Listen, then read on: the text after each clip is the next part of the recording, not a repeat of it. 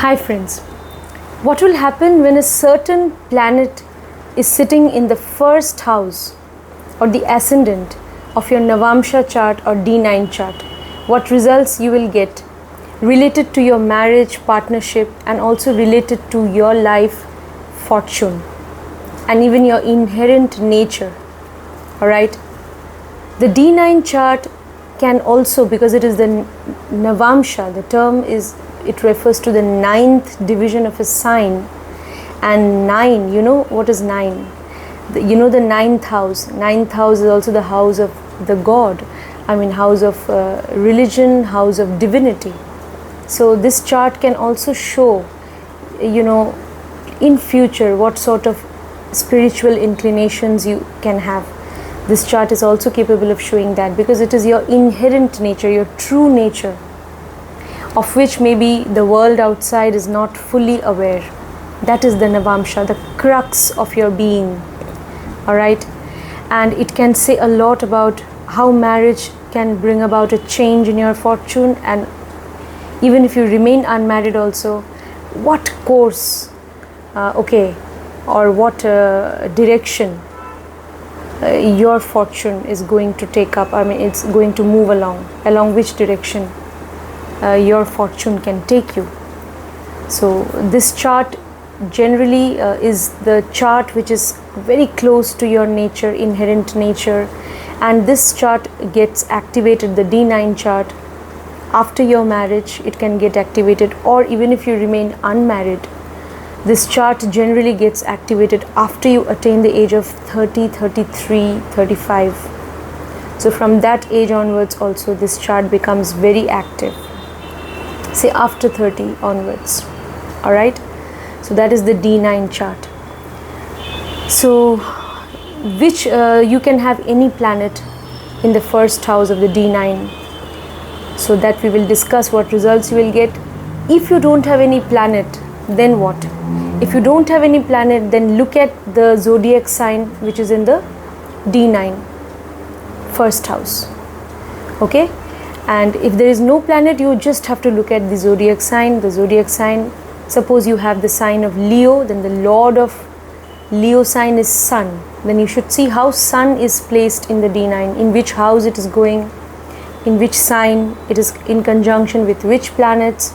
So look at the ascendant lord of the D9, or the first lord of the D9, in which house it is placed. Recently I uploaded a video on the first lord of the D9 or its dispositor in different houses of the D9, that I have uploaded.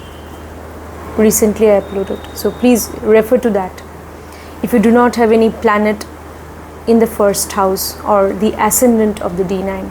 Alright, so now let's get started, what results you will get.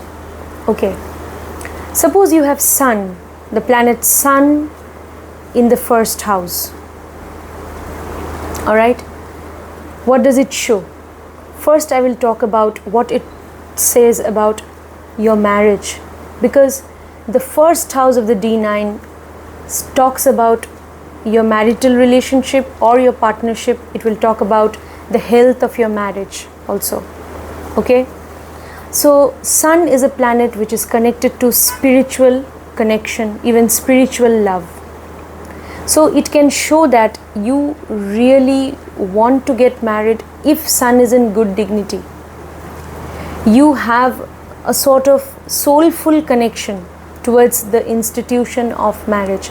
If Sun is in good dignity means, look at the zodiac sign in which it is placed, the lord of that zodiac sign, that is Sun's dispositor, how it is placed in the D9, that you should find out.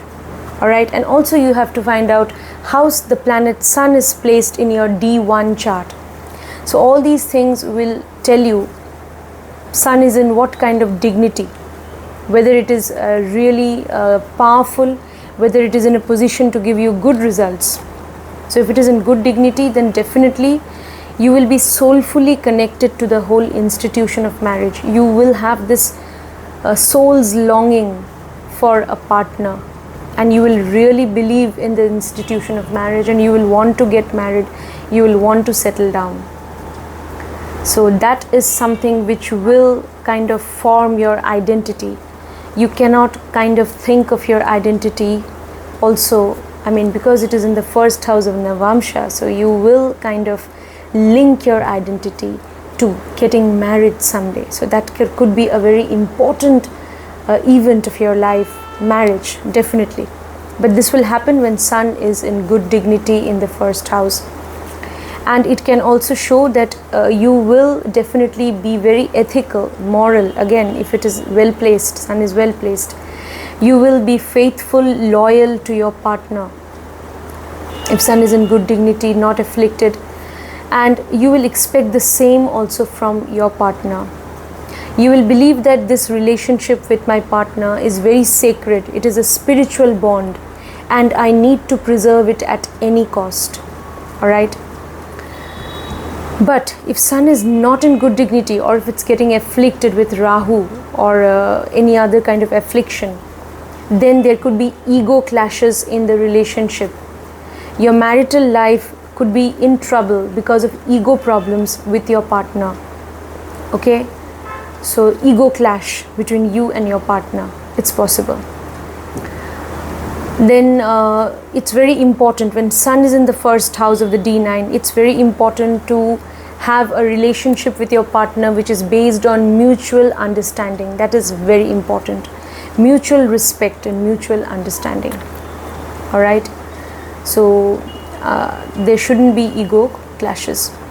So that is one thing. Then what else you can say when Sun? You will believe in spiritual love towards your partner. You will always think that marriage is meaningful when I truly love somebody with all my soul and heart. I mean, superficial love, that's something you cannot want in marriage. It means if I have to marry somebody, means I must truly love them, and they also must truly love me.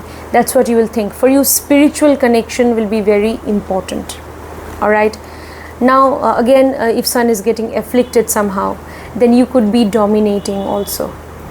You could be someone who's dominating. It's possible. All right. And there could be problems in the relationship. Okay, you may want this, you may think that, okay, I know everything, or maybe, you know, that superiority complex and the tendency to dominate the partner, that may be there, and you could be very egoistic. All right. So this is possible. You may want to establish your dominance over your partner in any way.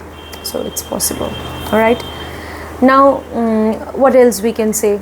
So you would definitely want to bring about a positive change in your life because of the marriage or the partnership. So you believe that this marriage or partnership will bring about a positive change in my life. Okay, you will think that way.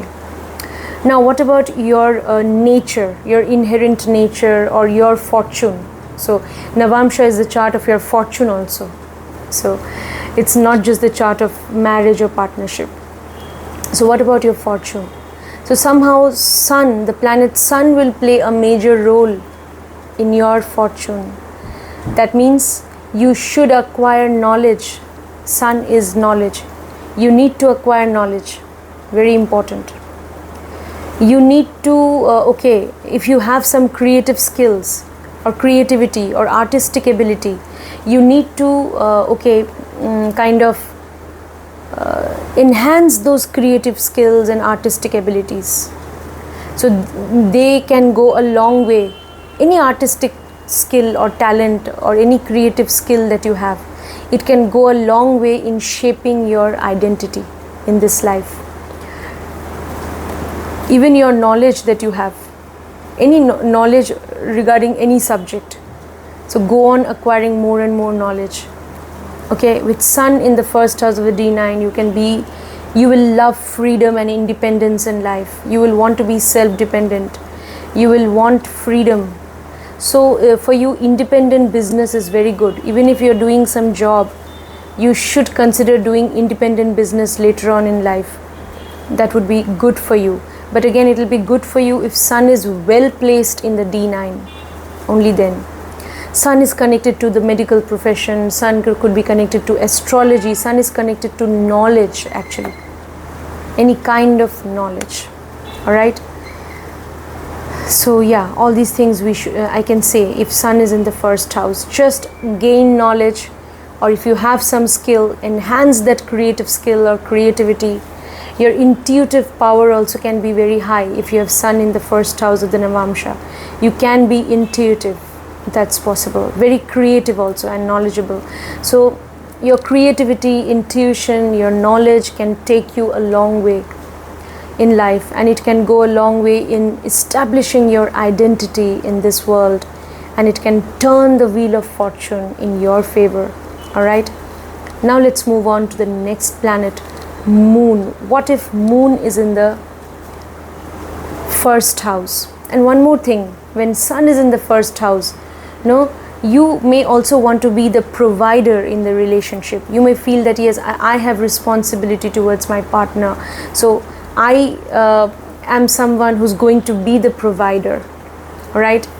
So yeah, and you also will get attracted to somebody who's very consistent and constant in their behavior and nature. Means you like somebody who is a person of principles. You will get attached to such a person, even in relationship, when Sun is in the first house. You want your person also to be morally upright. You want them to be consistent in their behavior, in their nature. Okay, so that's what you're looking for in a relationship. Somebody who also has a sense of self-respect, someone who believes in being independent. You may get attracted to such people as well. Now let's move on to what will happen when Moon is in the first house. When Moon is in the first house of your D9, what will happen? Okay, so first of all, let's talk about your marriage or partnership. You could look for a partner also who's very caring, nurturing, who's very loving, affectionate. All right, your mother can play a very big role in your marriage. Your mother can influence your marriage, it's possible. Then also you are basically looking for a person who's emotional and with whom you can connect emotionally. Because when Moon is in the first house of D9, if Moon is more or less well placed in good dignity, that means that Moon's dispositor is well placed in the D9, and if Moon is well placed in your D1 chart, then we can say that Moon is well placed. Then what will happen? You will get all good results from this placement of Moon in the first house. Your partner also can be very caring. You will also be very, very loving and caring, and the relationship can be successful also. Okay, so at times there can be fluctuations of mood or emotions, but ultimately if Moon is in good dignity, the relationship can be based on love and affection. Okay, so that's what you're looking for. You're looking for emotional connect. You will connect with only that person with whom you find that you have emotional compatibility. So when that compatibility is there, on an emotional level, only then you will think that yes, this person is suitable for being my life partner. Okay, so yeah, that is one thing. Then what else? Also we can say that if Moon is now not so well placed, especially if it is in especially say if Moon is in Pisces, then you could also at times be lost in thoughts of your relationship. You could be confused about relationship. So because it's a water sign and Pisces can cause at times confusion, especially initially in life. So look at the sign, that's very important. If Moon is in Scorpio, then you will have intense emotions, very intense, strong emotions. When Moon is in Cancer, then you also have to find out how Moon is placed in the D1. Okay, so how it is placed in the D1. So when Moon is in Cancer, such people can be very emotional also, lots of fluctuations in their emotions. Okay, so like that. So find out. If Moon is in Earth signs like Capricorn, then you can have stable thoughts and your emotions can have some stability. So look at the zodiac sign also in which moon is placed. That will give you a better understanding of how moon is placed in the first house of the D9. So especially if it is in water signs, you want a person again who is very emotional, who can respond to your emotions. Otherwise it will be very difficult. You will feel that there is lack of emotional compatibility. Okay, like that. Now when moon is in Pisces also and Jupiter is in good dignity, because Pisces is ruled by Jupiter, then you can have spiritual love, spiritual connection you may feel with your partner. Okay, you may deeply love your partner also. So like that. So look at the zodiac sign and everything. But yes, one thing about moon in the first house is that moon is anyway a planet which is known for its swift movement and for its wavering nature. Moon is a planet which stands for fluctuations and flux of all kinds. So sometimes you will feel that you're able to connect with your partner, sometimes you're not being able to connect with your partner. This can also happen when moon is in the first house of your D9. The relationship may be a little unstable, it's possible, especially if moon is not well placed. If the dispositor is also not well placed, and if in D9 also it is not so well placed, then lots of emotional turmoil, emotional upheavals in the relationship, mood swings, lots of mood swings. You can also have such mood swings, even your partner can have. Now that can affect the relationship or the marriage or partnership. So all these things can happen. Okay, so yeah, and you will want that, when moon is in the first house, and if it is in good dignity, you can become wealthy and earn money also, like that even through your professions also it's possible, and even after marriage you can become wealthy when moon is in good dignity in the first house and D9. Okay, so you want such a person who can also give you a comfort, pleasure, even maybe luxury. You want such a person. You want to lead a comfortable life with them when moon is in the first house. Okay, so you want them to take care of you, and you are also ready to take care of them. So like that. Okay, now what about your life journey, or what about your fortune if moon is in the first house of D9? If moon is in the first house of Navamsha, that means you can be somebody who's very intuitive, very creative as a person. All right, so then what you should do, you have to use your creativity, your intuition along a positive direction in a constructive way. So if your profession is connected to creativity, it will be very good. If your profession is connected to the use of intuition, that's going to be very good. You can be a healer, you can be an occultist. Okay, you can be somebody, you can be in the healthcare profession, nursing or medical profession or doctor. So when moon is in the first house, all right, so all these things we can say. So means, and you will be, moon is your mind, you can also study anything which is connected to the study of the mind. Like you could be a very good psychologist, mind reader, psychologist also, healer also. So that is also possible. Okay, a therapist, any sort of therapist you can be, especially a psychotherapist. Okay, and but any sort of therapist, because moon is connected to the healthcare profession, healthcare industry also. So you may also be interested very much in food. So so if you are into the food business also, maybe you can do well, somehow connected to the food industry or travel industry. Your profession could be connected to the travel industry, travel and tourism industry. Okay, so all these things we can say when moon is in the first house of your D9. That shows your mother, your home, your family will be very important for you. You may earn from real estate business also, or real estate industry. For you, your property will be important. You will give a lot of importance to your assets, to your wealth also. Yeah, so all these things we can say. But nevertheless, you will be intuition. You can make use of your intuition in your business. You can make use of your intuition in your profession or in dealing with people.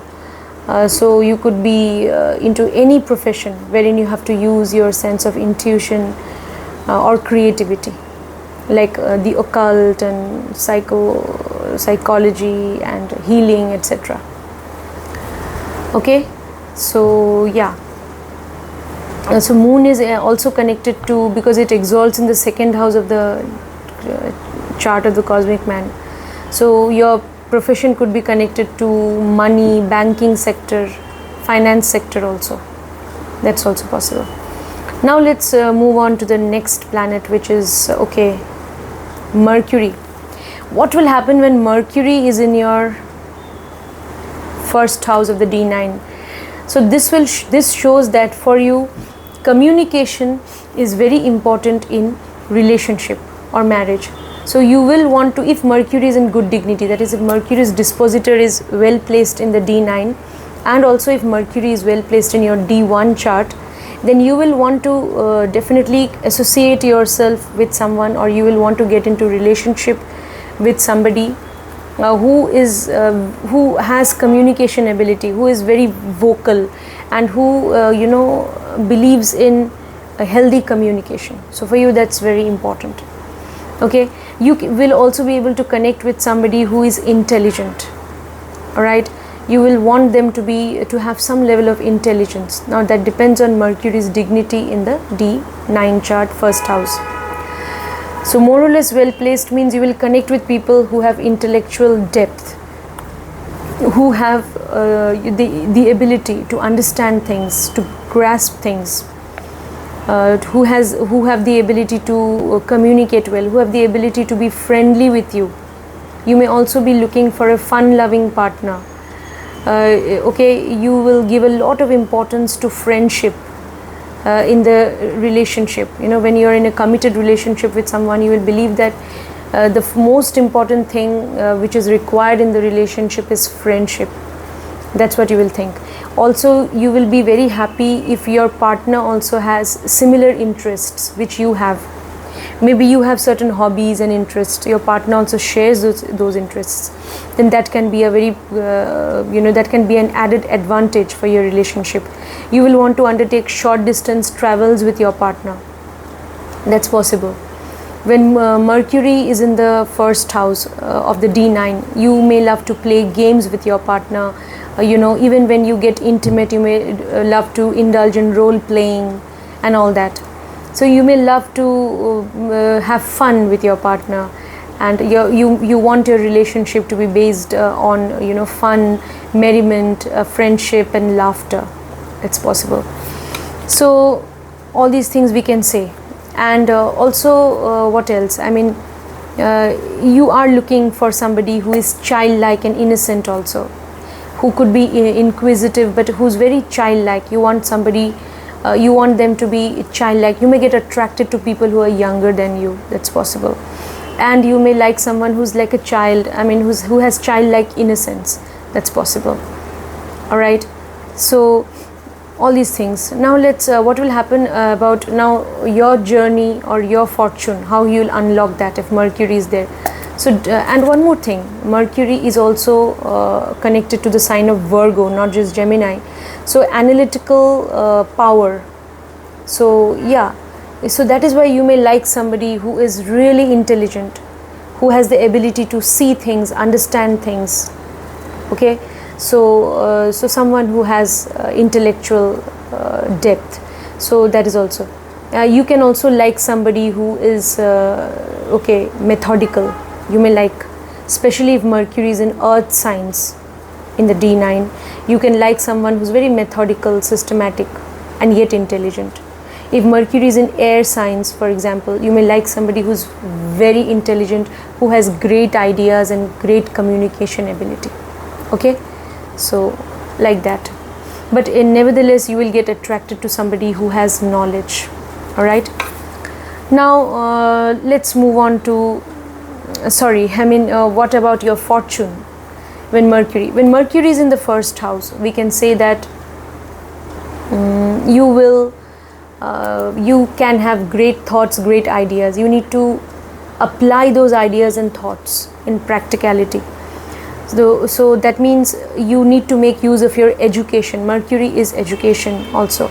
So you have to really acquire education if you want to prosper in life. Alright.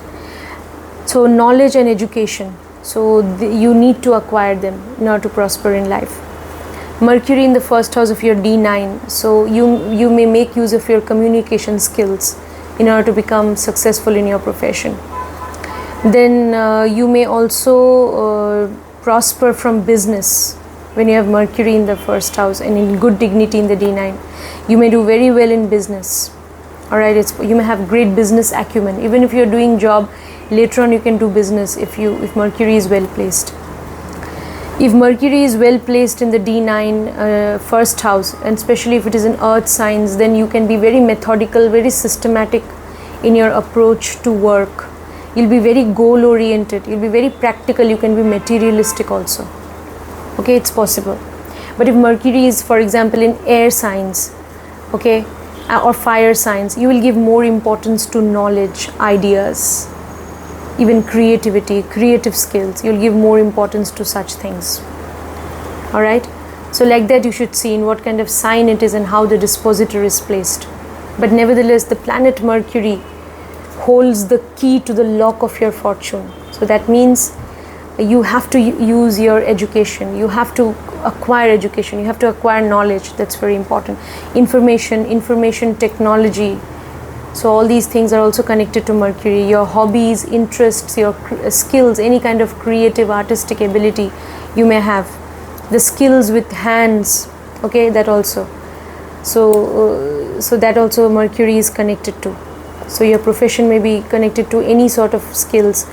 It could be connected to painting, writing, journalism, etc. Mimicry artist, whatnot. So any sort of artist you can be, any dancer, any singer, any sort of creative skill. Then so all these things when Mercury is in the first house of the D9, we can say. And if it is in earth signs, then you will definitely be somebody who can also do you can do in-depth research, especially if it is in the sign of Virgo. Then it's very good for doing analysis, in-depth analysis. You can have great analytical power. But if Mercury is also in air signs like Aquarius, even Gemini, so then also you can do research. You can do very well in the field of research, investigation, and so on. If it is in Libra, you can do very well in business. Okay, so yeah, all these things. So you will love to undertake travels. Okay, that is very important for you. That will keep rejuvenating you. Okay, that will give you energy. So you may want to undertake travels when you have Mercury in the first house of your D9. So if you undertake short distance travels, especially for work, so they can also bring about a positive change in your life, and you know that can make you fortunate in life if you're undertaking short distance travels for work, or if you're making use of information technology for work, then also you can get very good results. So all these things. So now let's move on to the next planet. What will happen? So the next planet is Moon. What will happen when Moon is in the first house of your D9? When Moon is in the first house of your D9, Moon I have already covered. Mars. What will happen when Mars is in the first house of your D9? Mars. So when it comes to, first we'll talk about relationship or marriage. You will have a say in your marriage. If Mars is in good dignity, means powerfully placed. Look at the dispositor of Mars in your D9 chart, and also look at how Mars is placed in your D1 chart. You will have a say in your marriage. So your marriage will happen as per your will. It could be a love marriage, or even if it is arranged, it is you who is going to take the initiative and choose your life partner, that this person is going to be my life partner and I will have a say in the matter, and I will also, definitely it will be my decision, because Mars is the planet of independence, freedom. All right, so yes, that's very important for Mars. So Mars believes in independence, so that's one thing. And also again, if Mars is in the first house of your D9, and if the dispositor of Mars is not so well placed in the D9, or if Mars is not so well placed even in your D1 chart, then there could be quarrels with the partner, difference of opinion, quarrels which can lead to clashes of even interests, opinions, and which it can also lead to conflicts with your partner. So that is again a negative side if Mars is there. And if Mars is not in good dignity, or if it's getting further afflicted with Rahu, etc., then definitely, then Rahu may be with Mars, or Rahu may be in trine to Mars. Even if it is in trine to Mars, it can afflict to a great extent, unless you are using the energy of Rahu in your everyday work or in your profession, then that is a different story. Otherwise, it can afflict. So if Mars is getting afflicted in the first house, then quarrels, conflicts, problems, ego clashes with your partner.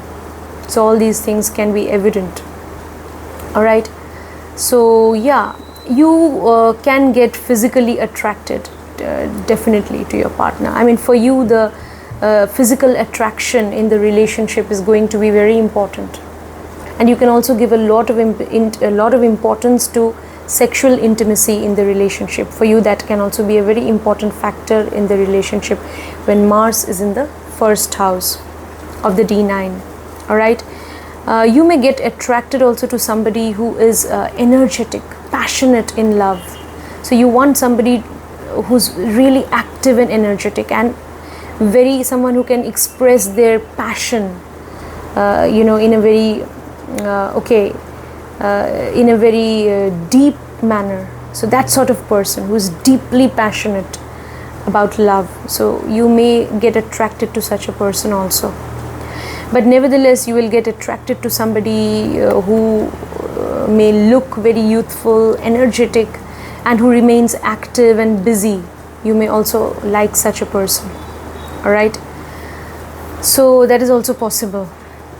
But yes, you have to be careful. Conflicts can make the relationship bitter. So that is one thing. All right.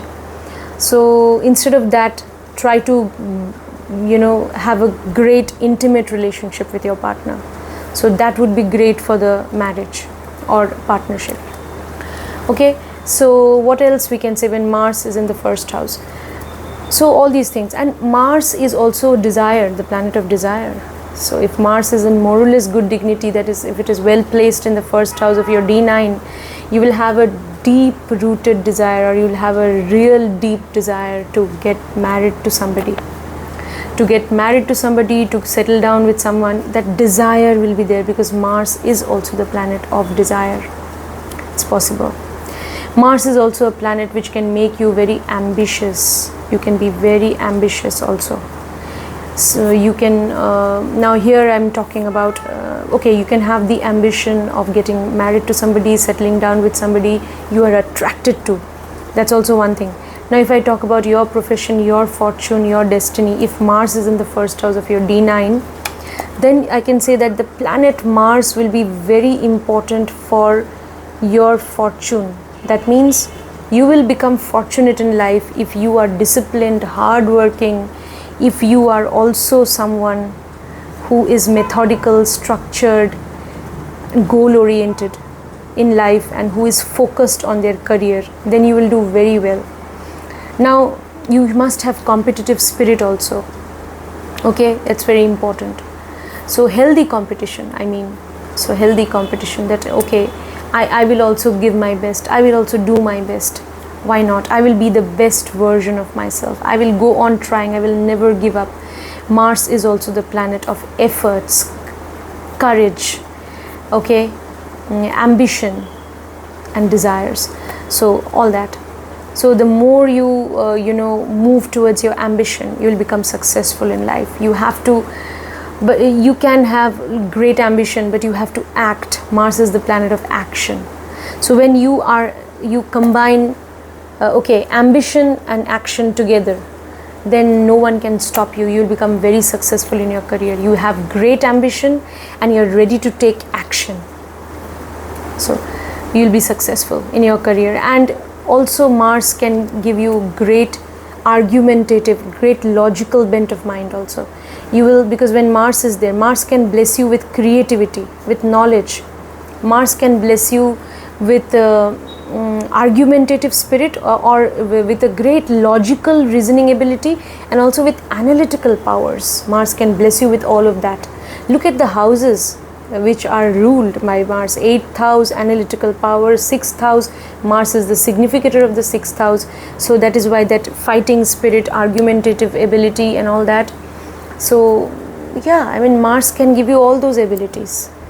So you need a good Mars actually. You need a powerful Mars in a chart to really be successful in life actually. So when you have Mars in the first house of the D9, so try to decode that energy of Mars in a positive way. Instead of wasting your time in quarrels and fights and conflicts, don't waste your energy in all of that. You have great argumentative ability if Mars is well placed. That means you have a great logical bent of mind, logical reasoning ability, analytical power. You have all of that. So use them in your work, in your profession. You can do very well in any field of research, investigation. In the field of technology, you can do very well. In the field of occult, you can do very well. Or chartered accountancy. So many fields, in whichever field, medical profession, the profession of law, in whichever field you need research, investigation, in all those fields you can do very well. Okay, when you have Mars in the first house of the D9. Alright? So yeah. So definitely you may also get attracted to somebody who is intelligent when you have Mars, because Mars is also the planet of creativity and even knowledge and intelligence.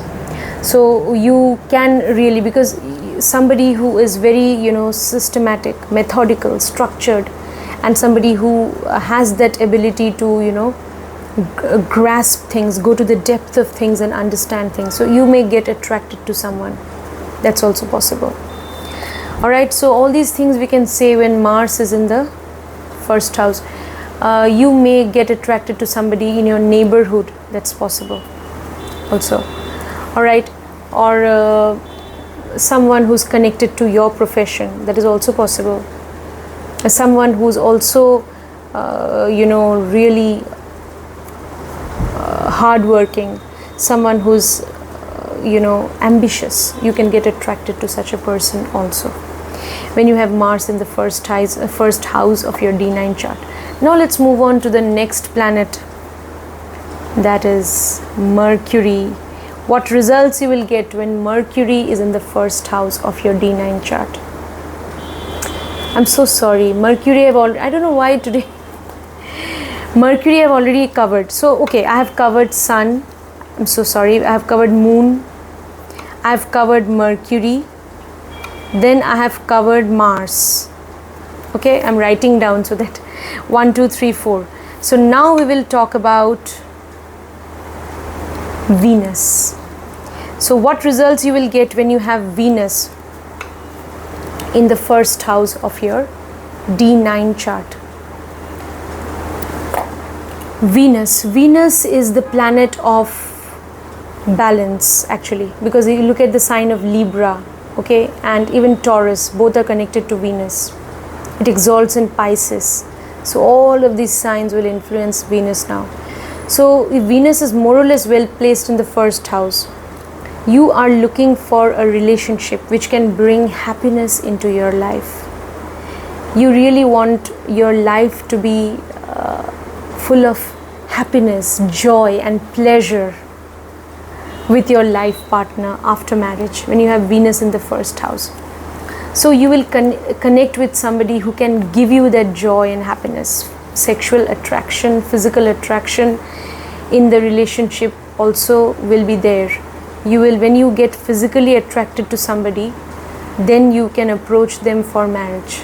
That's also possible when you have Venus in the first house of the D9 chart. You can get attracted to somebody who is very who is good looking, who speaks in a very pleasant manner, okay, someone who's very well mannered, okay, someone very well mannered, very social. You can get attracted to such a person. All right. Then also what else? Venus is also the planet which is known for counseling and healing and all. So somebody who's a very good advisor, somebody who has compassion. Venus exalts in Pisces, remember. So somebody who is compassionate. When you go to that person, no, they can heal you with their advice and suggestions. And when you look at them, you forget all your sorrow, all your tension, problems, everything, you know, kind of disappears when you just look at them and listen to them. So you will get attracted to such a person, and you may want to get married to such a person. So you are basically looking for such a person when you have Venus in the first house of the D9. All right. So yeah, and if Venus is in good dignity, that means if Venus's dispositor is well placed in the D9, and if Venus is also well placed in your D1 chart, then definitely you will get good results. You'll be blessed with a happy marriage, a beautiful connection with your partner. But again, if Venus is getting afflicted with malefics, then the story can be different. All right, then there could be problems in the relationship.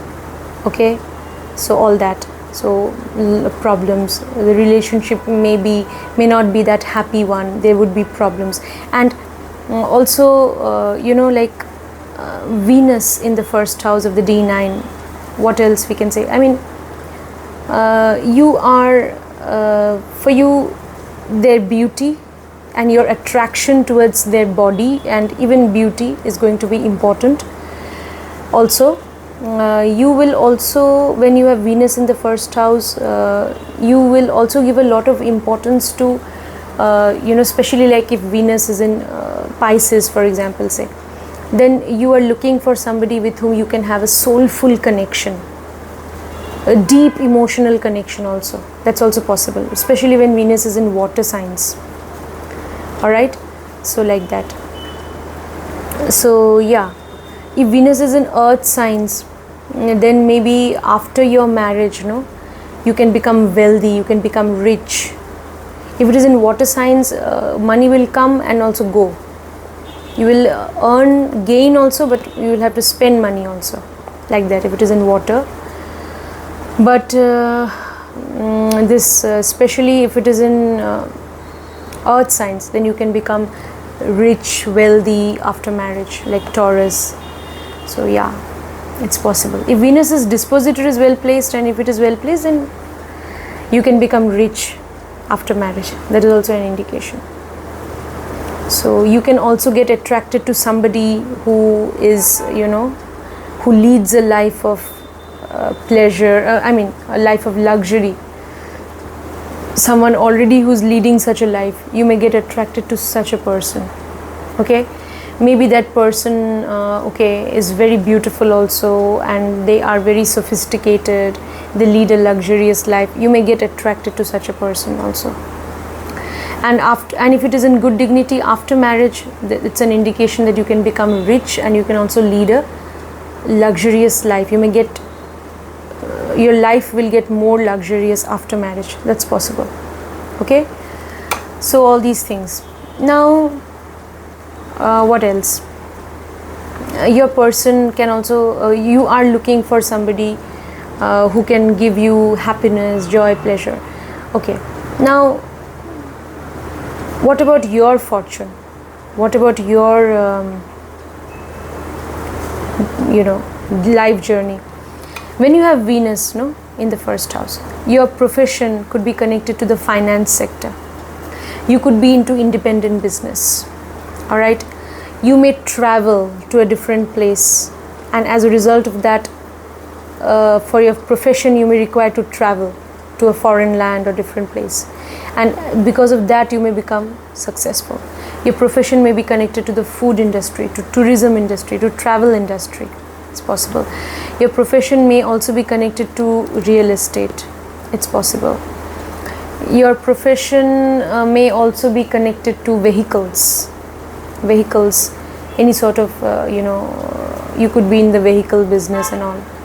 So then your profession may be connected to food and restaurant. I told you it may be connected to also healing. You could be a healer, you could be a very good Nadi astrologer, or even you could be a very good guide. Having a strong Venus is very important for being a successful Bhrigunandi Nadi astrologer also. So that's what. You can be a healer, you can be an occultist of any kind when you have Venus in the first house. So you can benefit from healing and occult practices. Okay? So all these things when you have Venus in the first house. So yeah, and you need to actually when you have Venus in the first house, no, then you have to means you will you can be prosperous in life, you can be successful in life, but you have to understand that for that you also have to make efforts. Now you may, after marriage you may become rich, it's possible. You may become wealthier after marriage, that's possible. But in order to lead a luxurious life, you have to understand that you have to also strike a balance between your desire to be in relationship and your commitment towards your work. That's very important, because if you are a Venus driven person, because Venus is in your first house of Navamsha, so this planet is going to drive you a lot. So Venus is also relationship. So if you get carried away by relationships, such a person may love to be in relationship. For them marriage can also be very important if Venus is in good dignity. But if Venus is getting afflicted, they may just believe in relationships, especially with Rahu.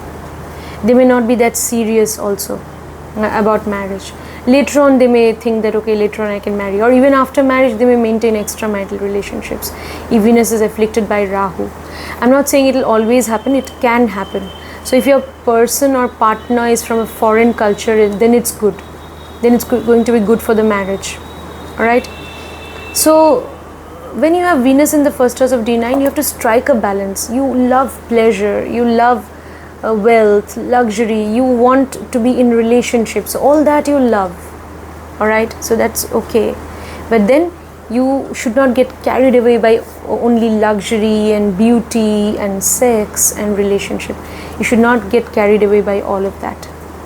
You have to understand that yes, these things are also part of life, and okay, I will also enjoy them definitely, but I also have to understand that I have to be, first of all, after marriage I need to be loyal to my person or partner, and I also need to focus on my work, on my goals also. That's also something which you have to understand, because Venus is connected to the house of Taurus and Libra both. So Taurus is connected to being goal oriented and Libra is connected to ambition. Okay, so you have to understand that I have to be goal oriented, I have to be ambitious to attain my career goals also. That's very important. And finally, when you have achieved all of that wealth and everything, then I can be compassionate. So Venus exalts in Pisces. Then I'll be compassionate. I will also help out the needy, the unprivileged.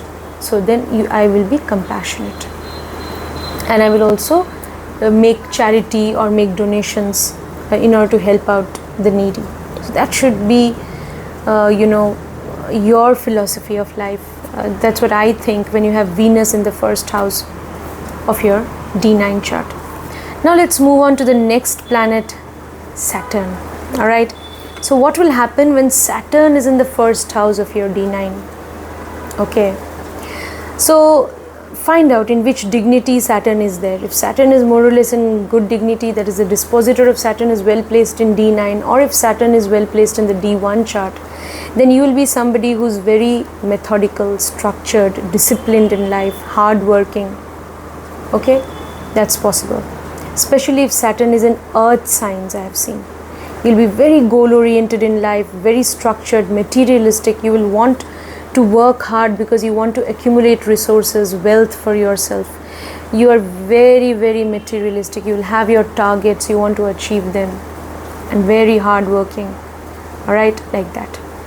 If Saturn is in air signs, you can be very intelligent, highly intelligent. Saturn in air signs can push you towards research, or you will yourself, you'll be driven towards research, investigation, okay, in-depth study, analysis, and you can be highly, you can be a great intellectual, you can have high intellectual prowess when Saturn is in air signs, and you'll be very good at research, investigation, even in technology, right?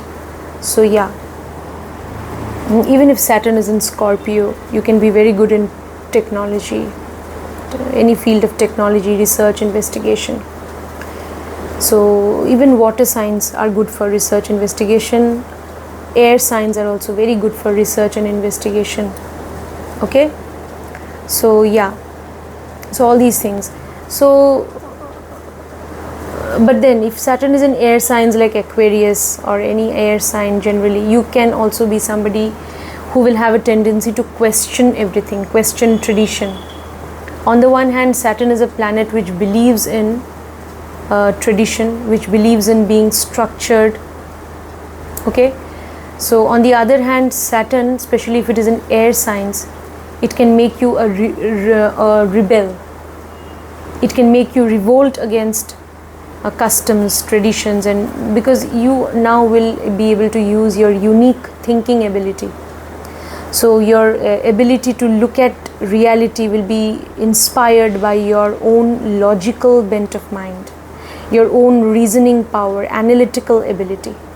That will now guide you to make sense of reality. So you will have a tendency to question everything. So it can make you a rebel, it can make you a social activist, it can make you a social welfare person who's associated with social welfare organizations and who's actively working to bring justice to the unprivileged section of the society. It's possible. All right, that is also possible. Or in any way, when Saturn is in the first house of your D9 chart, you can do very well in technology.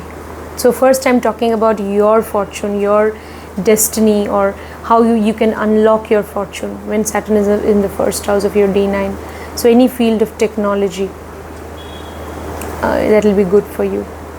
So yeah, so all these things. And working hard, you can do very well in any job also. If you're doing any job, you just have to be hardworking, methodical, structured, you will do well. Alright, Saturn in the first house can make you very mature. You'll be mature. You with time you will gain wisdom, definitely. Maturity also. A very balanced sense of judgment also you will have. It's possible. And at times it can make you, when Saturn is there, no? Saturn just wants you to work hard. So maybe all your life you will work hard and you will achieve your goals and everything. Later on in life you may feel a little detached from things. That is also possible because Saturn can give you a sense of detachment. Even it can lead you towards liberation, spiritual liberation also. So later on you may become very charitable when you have accomplished your work goals or professional goals, everything you have attained and all. Then later on you may become charitable. You should be charitable also when Saturn is in the first house of your D9. Now what about your marriage and relationship? So you are also looking for a partner who is serious about the relationship. Saturn believes in being serious, alright, generally. So you are looking for, especially if Saturn is in earth signs.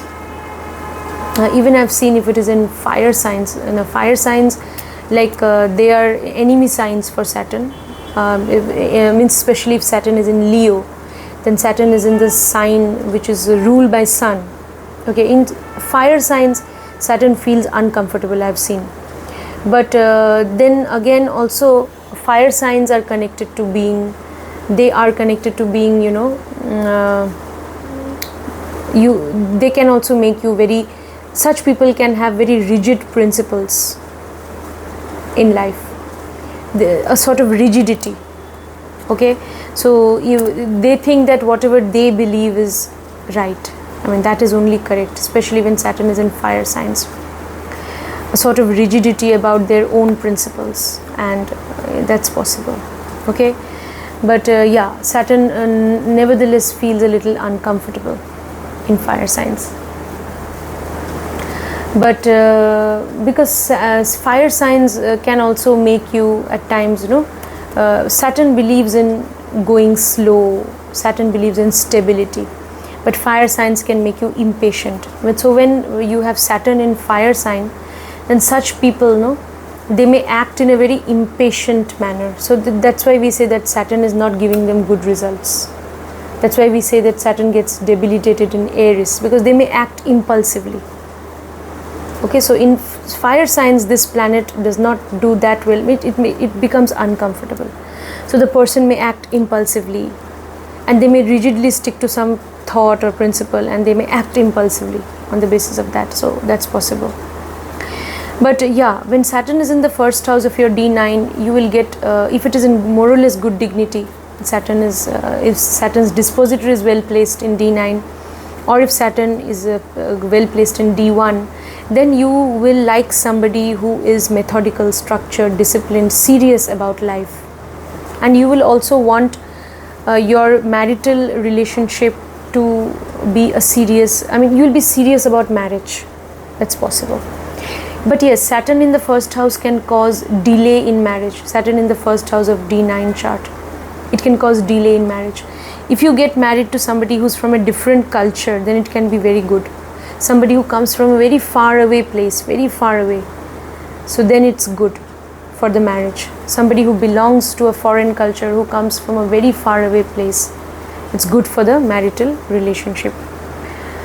Now, yeah, so all these things we can say. So basically you should get married after you attain a certain level of maturity, because anyway Saturn will cause delay in marriage.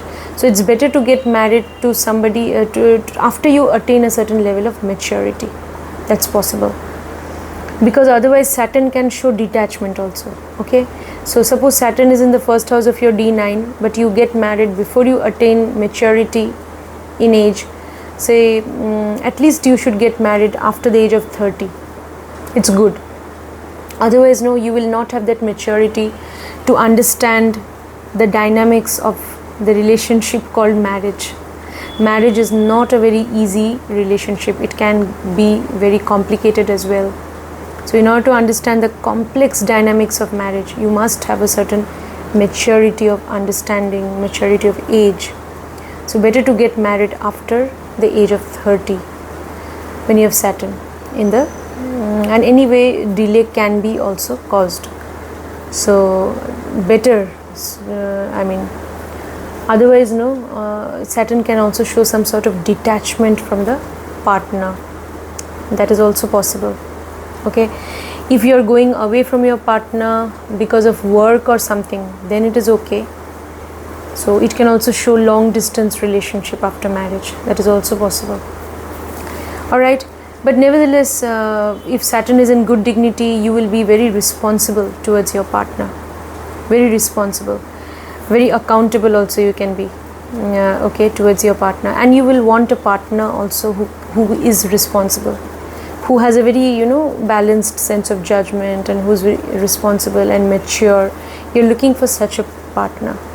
Alright, so all these things we can say when Saturn is in the first house of your D9. Your profession is very important for you in life, and the wheel of fortune in this life is going to turn in your favor if you give importance to your profession, if you give importance to hard work, and if you really focus on your profession, then you will do very well in this life. Okay, alright. So now let's move on to the next planet. What will happen if Jupiter is in the first house of your D9 chart? Jupiter. So Jupiter is the most natural benefic. Alright. So Jupiter is in the first house. That means, if Jupiter is in good dignity, Jupiter's dispositor is well placed in the D9 chart, and Jupiter is also well placed in D1 chart, then your marriage will be blessed. You will feel that after marriage you are blessed by the divine. Okay, you are blessed to be in a relationship with somebody after marriage. You will feel like that. Alright. So yeah, your person can also be very knowledgeable, and even you will be looking for a partner who's knowledgeable, because you yourself, you give a lot of importance to knowledge, to wisdom. So you give a lot of importance to that. So you are looking basically for such a partner who is also knowledgeable. Okay, and you will definitely want your relationship to also be based on some spiritual connection. Okay, you will also want to be dutiful, loyal towards your partner, and you will expect the same sort of loyalty from your partner. When Jupiter is in the first house, you are looking for somebody who is ethical, who believes in their moral principles, because you yourself believe in your own moral principles and ethicality. So all these things, when Jupiter is well placed, Jupiter shouldn't be afflicted. It shouldn't be in trine to Rahu. It shouldn't be in close conjunction with Rahu. Then you will get other different results. Okay, you may not believe in rules, regulations. Okay, whatever tradition has been handed down, or in your family tradition, maybe whatever values you have acquired from your family and all, even all those values also you may question. So these things can happen when Rahu, because when Rahu is there, Rahu will make you question everything. Question everything, even the knowledge that has been handed down by the previous generation, or the knowledge that has been passed on to you. So you will now dissect everything. You will use your own logic, even twisted logic. If Rahu is not well placed, then you can use your twisted logic to make sense of things in life, and you will now formulate your own strange principles. Your own rules you will formulate and follow them. That's possible. Now again, if Rahu is in good dignity, and they say Jupiter is with Rahu, then you can be a very good researcher, you can be a scientist, you can do something for society. You can, through your inventions, through breakthroughs in the field of science, technology, philosophy also, you can bring about a positive change in society. But that will happen when Rahu is in good dignity in the chart. It has to be in very good dignity. It's a very good position for being a researcher or scientist, or for the field of technology. It's very good, right? Or if you are somebody who's in a foreign place, you go to a foreign land, so then you can get good results. Okay, so yeah. So otherwise, if Jupiter is not afflicted, if it is more or less well placed, then you will be somebody who believes you will believe in religious principles. You'll believe in religion. You'll be a theist. You'll believe in God or divine energies, and you will also be very loyal to your partner, and you will look upon marriage as a very sacred relationship. Very sacred. It is a spiritual institution. You look upon marriage that way. Alright, so it is not just getting attracted to a body, but it is a soul connection. I mean, two souls, it's the union of two souls. You look upon marriage in that way when Jupiter is well placed in the first house of your D9 chart. Alright, okay, so all these things we can say about Jupiter. You will want somebody in your life, one who has a very balanced sense of judgment, one who is maybe forgiving also, one who is kind-hearted. You may like such a person also. Now what about your life? What about your destiny or fortune? How will you unlock that when Jupiter is in the first house of your D9? When Jupiter is in the first house of your D9, you can benefit from any sort of knowledge that you have acquired.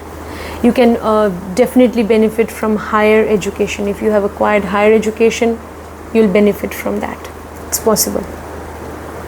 Now, higher education, acquiring knowledge, that will enable you to become fortunate in life. It's possible. If you travel to a foreign land, you may become fortunate. The wheel of fortune can turn in your favor if you travel to a foreign land. It's possible. All right. Yeah. Or if you keep undertaking travels to foreign land because of your work, or or maybe after your marriage, you travel to a foreign land, you can get fortunate. It's possible. Now, when you have Jupiter in the first house of your D9, you must do some sort of specialization in your field, whichever field of study you may be engaged in. Do some specialization, acquire higher knowledge in that field. It will take you a long way in being more successful in life, and it will enable you to establish your identity better in this world. All right. When you have Jupiter in the first house of your D9, you are somebody, and if Jupiter is in good dignity, mind it, it's more or less well placed. You are someone who believes in optimism. Say if Jupiter's dispositor is connected to the 8th house of the D9, or if Jupiter is connected to the 8th house of D1, you can do very well in the field of technology. You can acquire knowledge in the field of technology. You can acquire knowledge in the field of occult, mysticism, even in the field of psychology. So like that, if it's in the 8th house, in the field of technology, you can do very well. It's like that.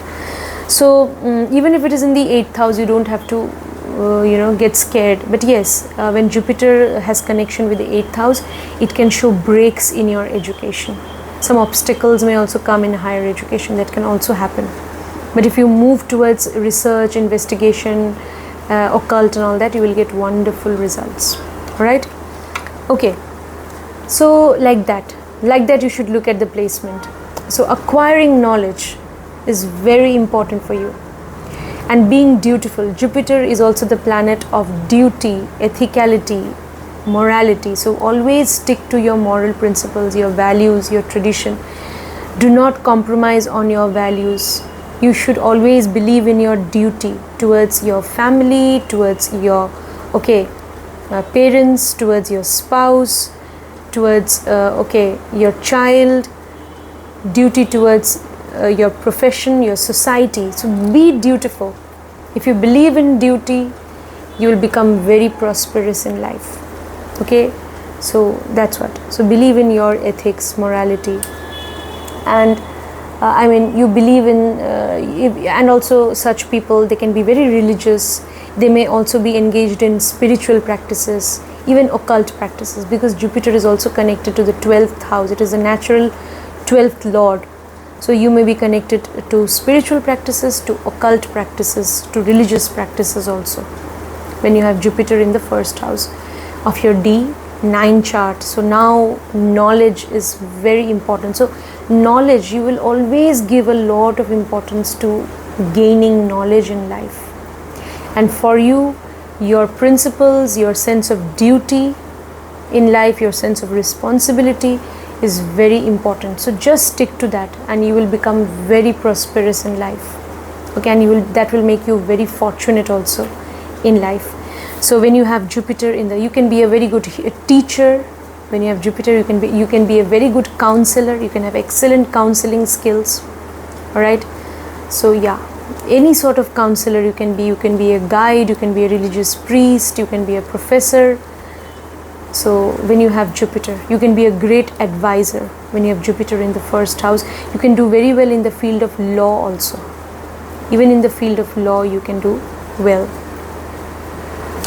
So when you have Jupiter in the first house of your D9 chart. All right. So all these things we can say about Jupiter. So you can have a blessed relationship, a blessed relationship, a wonderful relationship with your life partner as well. And because of your relationship with your partner, or because of your marriage, you can become fortunate in life. That's also possible. Now let's move on to the next planet. Now, what will happen if you have Rahu in the first house of the Navamsha or in the ascendant of the D9 chart? Okay, Rahu is a planet which can cause illusions. Okay, so such a person may have unusual expectations from marriage. A lot of desire to get married. Yes, people who have Rahu in the first house of the D9, they generally get married, because Rahu is also a planet which is connected to your pending karma, and also it kind of shows a great desire which you need to fulfill in this life. Okay, it's a sort of desire which drives you in this life. And that planet of pending karma, Rahu, is in the first house of your D9, and D9 is significantly the chart of marriage partnership. So a deep rooted desire to get married to someone, to get married, to settle down. So that will definitely be there when Rahu is in the first house of your D9 or Navamsha chart. Now, what else we can say, friends? That you may also be in a sort of illusion. The person may make wrong choices also, because Rahu causes illusion, and that is why Rahu is placed in a certain way in your chart. Here it's in the first house of your D9, so you are going to make mistakes, commit mistakes in choosing your partner. That is why people with Rahu in the first house of D9, they can have failed marriages, multiple relationships. Also, it's seen failed relationships. Okay, they may be deceived by their partner, or they may also deceive their partner. They could be a victim of betrayal, or they themselves may end up being unfaithful to their partner, because what happens is they get married to somebody, they have a lot of desire and they want to get married to someone, and Rahu is temptation, and Rahu wants you to be obsessed with that thought and desire, and we fall for Rahu's temptations generally. This will also happen when Rahu is very powerful in the chart. If it is well placed, even then, if it is powerful, what does it mean if Rahu is powerful? If Rahu is powerfully placed, then it will have that power to drive you even crazy about somebody, about getting married to somebody, settling down with somebody, and you will think that yes, this is the world, and if I don't get married to them, that will be the end of the world, and you will be obsessed with that desire. Rahu causes that obsession. And that is the catch here. I mean, we need to, but we don't realize that. Unless someone is mature enough, say after the age of 35 or 42 actually. After the age of 42, people, Rahu stops troubling you that much. Alright. Until then, Rahu can cause a lot of confusion and illusion. So, people end up making wrong choices also in relationship and marriage. Okay, and that is what you need to outsmart Rahu actually. That's what you have to do, and that's what Rahu will tempt you. Rahu is temptation, it will tempt you. So you actually need to outsmart Rahu. Don't fall for Rahu's temptation. But because Rahu is placed in such a way, in this way, because it wants to teach you some lesson, it is very karmic. It is some karmic debt which you are carrying from your previous lives, a previous life. So you have to pay that karmic debt. So Rahu actually wants to trouble you. So, but generally, natives with such a placement, if Rahu is kind of strong in the chart, they fall for Rahu. It happens. They fall for Rahu and they land in trouble. And after the marriage, they realize, okay, I'm not with the right person, or I kind of, messed it all up. It was a wrong choice altogether. But then by the time they realize that it's kind of too late, so then okay, they kind of figure out what can be done, and in most cases it is also seen that the marriages can get dissolved, marriages can fail and all that. And then they, okay, but that desire is there. Rahu is still driving you, is not it? So that desire to get married again. So okay, let me give myself a second chance. If that also doesn't work, maybe a third chance. So that's what. Okay, so that is something what can happen if Rahu is very powerful also in the chart. Look at how Rahu is in the D1 also, and also how it is in D9, and how the Rahu's dispositor is placed in D9. Okay, but if Rahu is very well placed, aspected by benefics, maybe, then maybe that temptation, that desire will somehow be controlled. Okay, so that is possible. So you will have desire nevertheless, but maybe if it is somehow well placed and aspected by benefics, then ultimately what will happen, that endless desire, that uncontrollable obsession, that can finally come under control. That's also possible. Otherwise Rahu can mislead you, can misguide you. It's possible. So what will happen, such a person will have generally, but then after the age of 40-42, if a native decides to settle down and get married, that has seen, I have seen that those natives, they do well. I mean, their marriages can be successful also. Or maybe if they have got married at a very mature age, say after the age of 35 or so on, then maybe the marriage can be stable. It can be a stable partnership. Okay, it's possible, because then by that time you are quite mature also.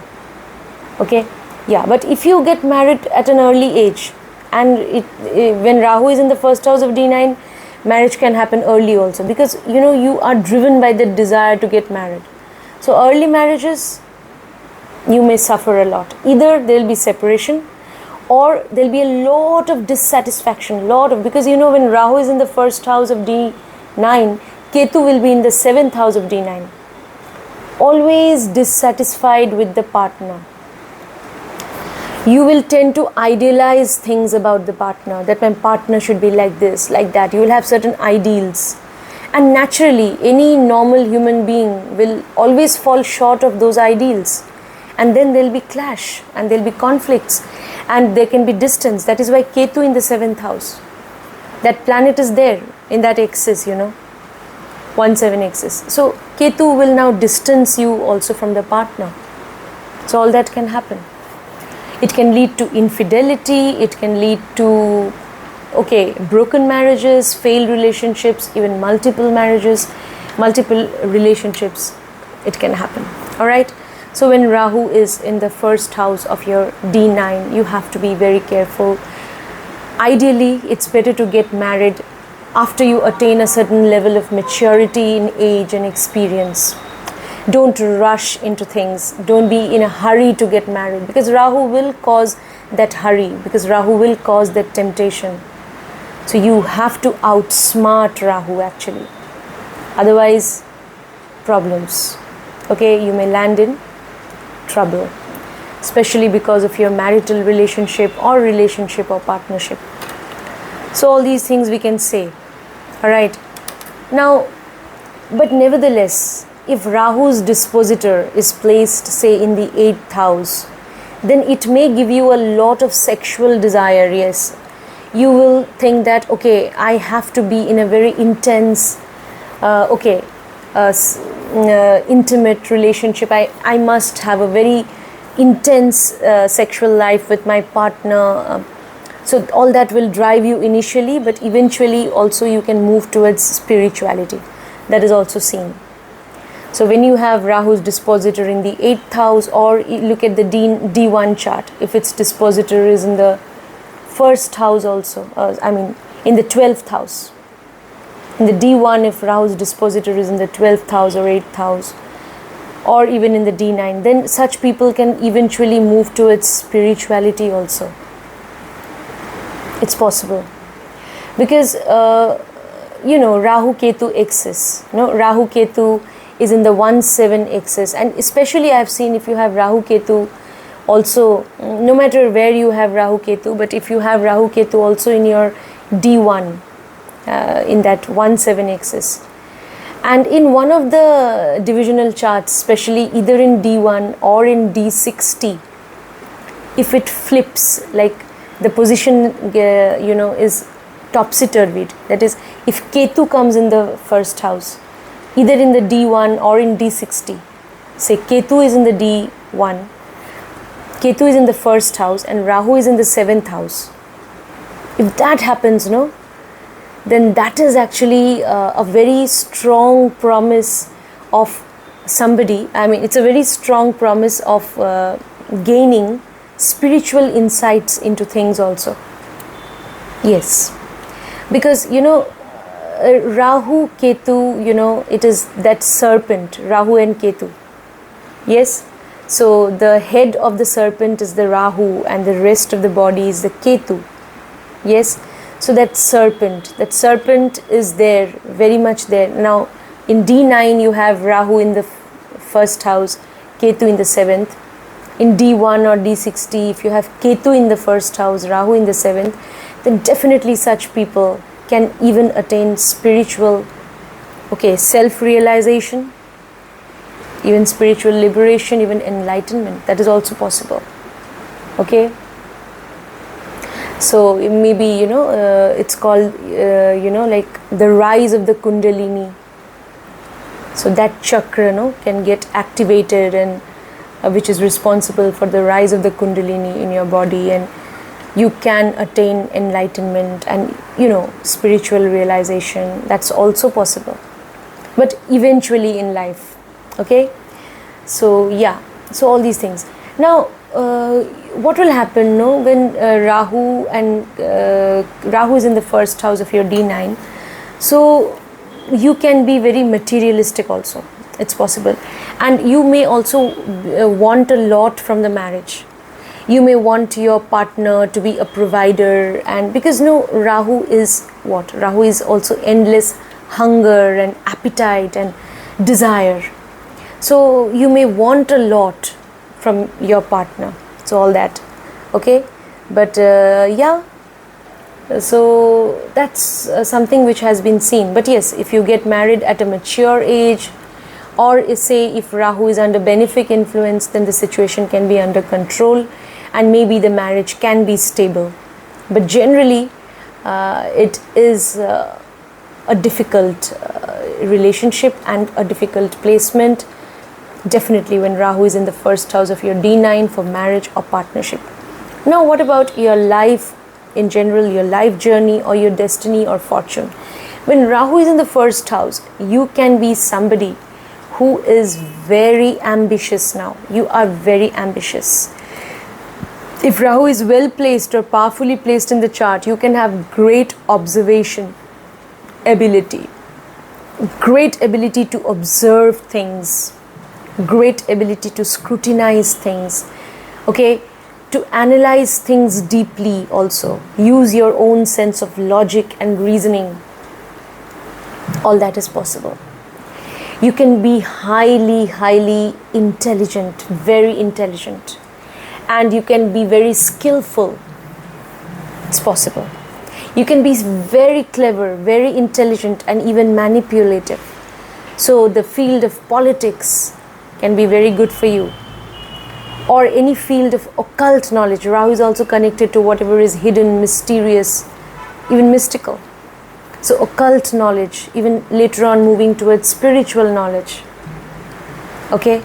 So all that also. The occult is wonderful for you. Then when you have Rahu in the first house of the D9, you could be a healer. You can be a psychologist. You can do very well as a chartered accountant, whatever is connected to the 8th house and 12th house, insurance company, agents. You can do very well in any world of virtual reality. You can do very well in social media, on social media. You could be a social media influencer. You can be an artist, an actor. You could be connected to the showbiz industry. The showbiz industry, which is connected definitely to the world of illusion. Yes. So all that we can say. You can be a great scientist. You could be into research, investigation. So all these possibilities are there when Rahu is in the first house. And you could also be you could do very well in the field of technology also. When you have Rahu in the first house of your D9. So you need to decode which line of profession is going to make you successful. Now that will also depend on Rahu's dispositor, in which house. Alright, even in D9, also in D1, you should look at all of that. Alright, so yes, so all these fields, which I mentioned just now, any of these fields, even the field of law, legal investigation, even the field of medical science, surgery, wherever there is investigation, research, you will do well, you can excel. Actually, when you have Rahu you are so ambitious, and you should follow your ambition also. Rahu will make you materialistic. Yes, initially in life you will want to accumulate resources. You may believe that, okay, even if I want to do charity, I want to help others, how will I do that unless I have resources? So you will want to accumulate resources, but eventually you may turn towards spirituality. You may turn spiritual also. You may be charitable to the downtrodden and the unprivileged as well eventually in life, and that's what you should do actually. Yeah, so all these things we can say when Rahu is in the first house of your D9 chart. Now let's move on to what will happen when Ketu is in the first house of your D9 chart. First we'll talk about marriage, relationship or partnership. So you could be very confused and lost when it comes to relationship and marriage initially in life. Yes, Ketu gives you good results again with maturity in age. Ketu will become fully mature maybe after the age of 50. I mean after middle age almost. I mean when you have almost attained middle age. So Ketu will start giving you good results after that. Alright, it's like that. So generally what happens is that Ketu in the first house of your Ketu can give you good results. It can start giving you good results earlier on in life if you move towards a spiritual path, if you move towards charity, if you are compassionate, if you are unselfish, if you want to help others out, if you're charitable, then definitely Ketu will start giving you good results even early on in life. Alright, it's like that. So when you want to serve others, basically service, okay, so when you are into charity, that doesn't mean that you are charitable to others, so you will be a pauper or you're going to be somebody who is devoid of who's devoid of any sort of happiness or comfort. It's not like that. Even if you are charitable, you can also lead a comfortable life. Why not? So when you are charitable, what will happen? You have compassion. Ketu does not have head. Ketu has a heart. Okay, so when you feel from within, when you are compassionate towards others, when you are sympathetic, when you are empathetic towards others, and maybe you are into occult, maybe you are into, again, Ketu is also connected to research, investigation, occult, healing, okay, spiritual practices, even religious practices. Any sort of technology also is connected to Ketu. Any sort of research, investigation, legal profession, where the field of law, surgery, all these things are also connected to Ketu. Even investment, if you are into insurance or investments, that can also be seen from Ketu. Now, so what I'm trying to tell you is that if you are, Ketu is also connected to medicine and healing, even Ayurvedic medicines. So if you are absorbing the energy of Ketu in your life, in your profession, you will get very good results. And eventually, and if you are from an initial stage only, maybe when you were deciding upon your career, you thought of doing psychology. Psychology is very good again. Being a counselor, being a psychotherapist, being a psychologist, being a healer, occultist, even a researcher, these are all wonderful careers for people who have Ketu in the first house of their D9. So I will go to relationship also, but it's so, kind of intertwined, so it's coming. That means Ketu can give you good results if you're moving towards any of these fields in life. Okay, even from an early stage, if you have decided that you're going to preach, what is there in the religious texts, and you take up a spiritual path, you want to be a counselor, healer, a guide, a spiritual guide, or a religious priest, or you want to get into occult, etc. All of these can give you wonderful results. Or you want to do research in the field of law, psychology, any field of research, you will do wonderful. Now, you also, when you have Ketu, in the first house of your D9, if you're not into any of these fields, Ketu can cause confusion, illusion. You may think, yes, because you will be in a state of confusion, so that will lead to again illusion also. That is, so much of confusion you will have. You will not know what to do, which career path to choose. All these things may happen.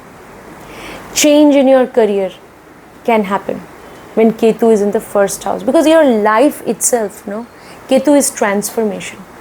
So that means your life will undergo a transformation, and it's only as a result of transformation that you will grow eventually. As a result of transformation, you're going to grow. So transformation in career, transformation in your philosophy, in your religious philosophy, in your belief system, in your worldview, transformation, is the key to the lock of your fortune. And also, change will be the only constant in your life, maybe, because Ketu is transformation, change. It's possible. You need to embrace that, along with the changing circumstances and times. You have to embrace all those positive changes, constructive changes which are coming towards you, upgrade your knowledge. So that will help you become successful in life when you have Ketu in the first house of your D9. Now, definitely you can be successful also, but yes, initially it can cause confusion, because after all, Ketu does not have a head, so you may require some guidance, unless in your chart you have a Jupiter-Ketu combination, either in D9 or D1. People who have Jupiter-Ketu combination, they are far more sorted in life. They know, eventually they figure out what they actually want. Even if they do not go to some guru or teacher or counselor, they figure out, because they have that divine blessing. Jupiter is in conjunction, a well-placed Jupiter in conjunction with Ketu, either in D9 or D1. It can be a blessing. And it can kind of, remove all confusion, give you clarity, enable you to focus. Ketu is also focus, discipline, repetitive work.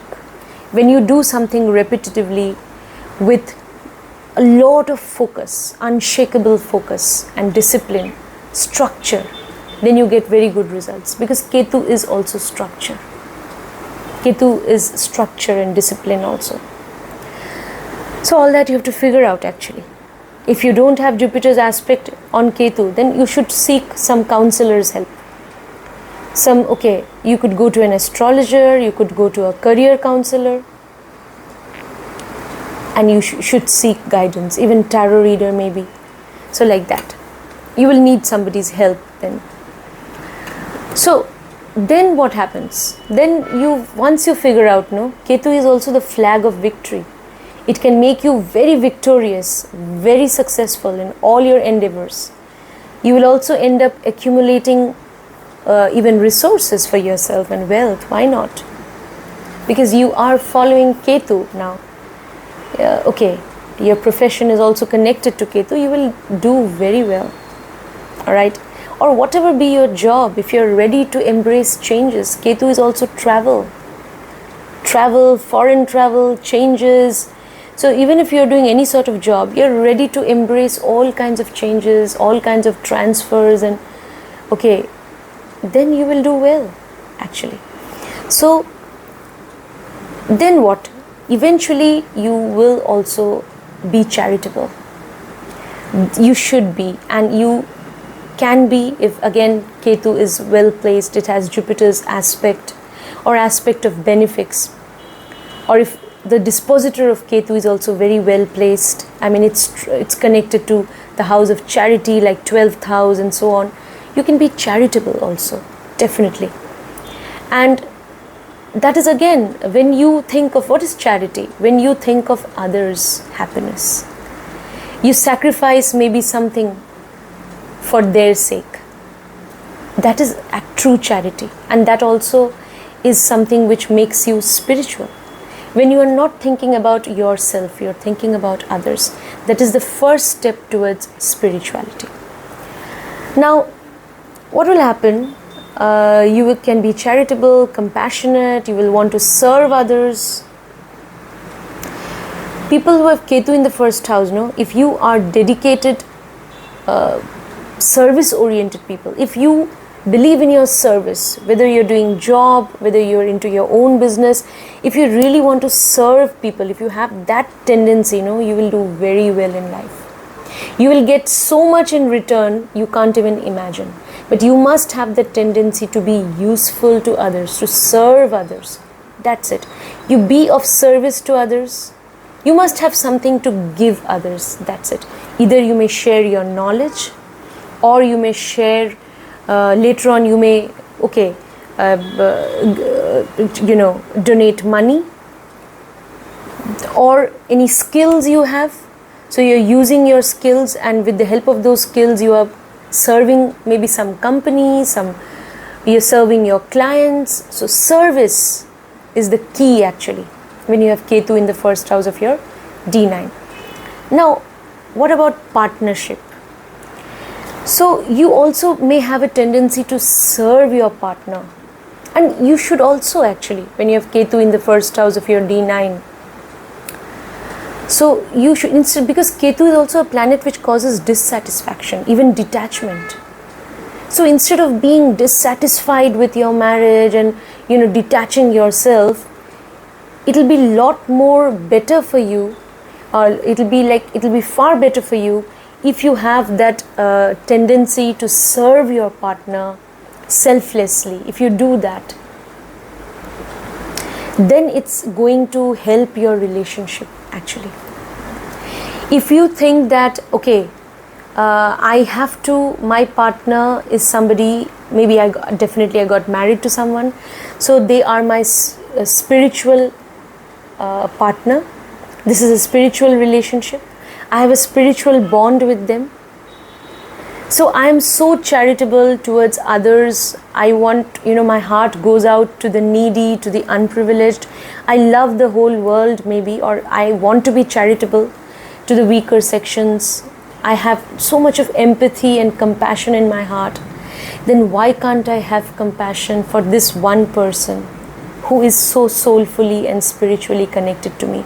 You should think along these lines when you have Ketu in the first house, that I have to be compassionate towards her. You will be also, if Ketu is well placed.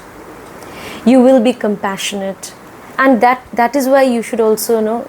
That is why I always say, if you get married at a mature age, at least after 35 or so on, then you know what compassion is, what sacrifice is.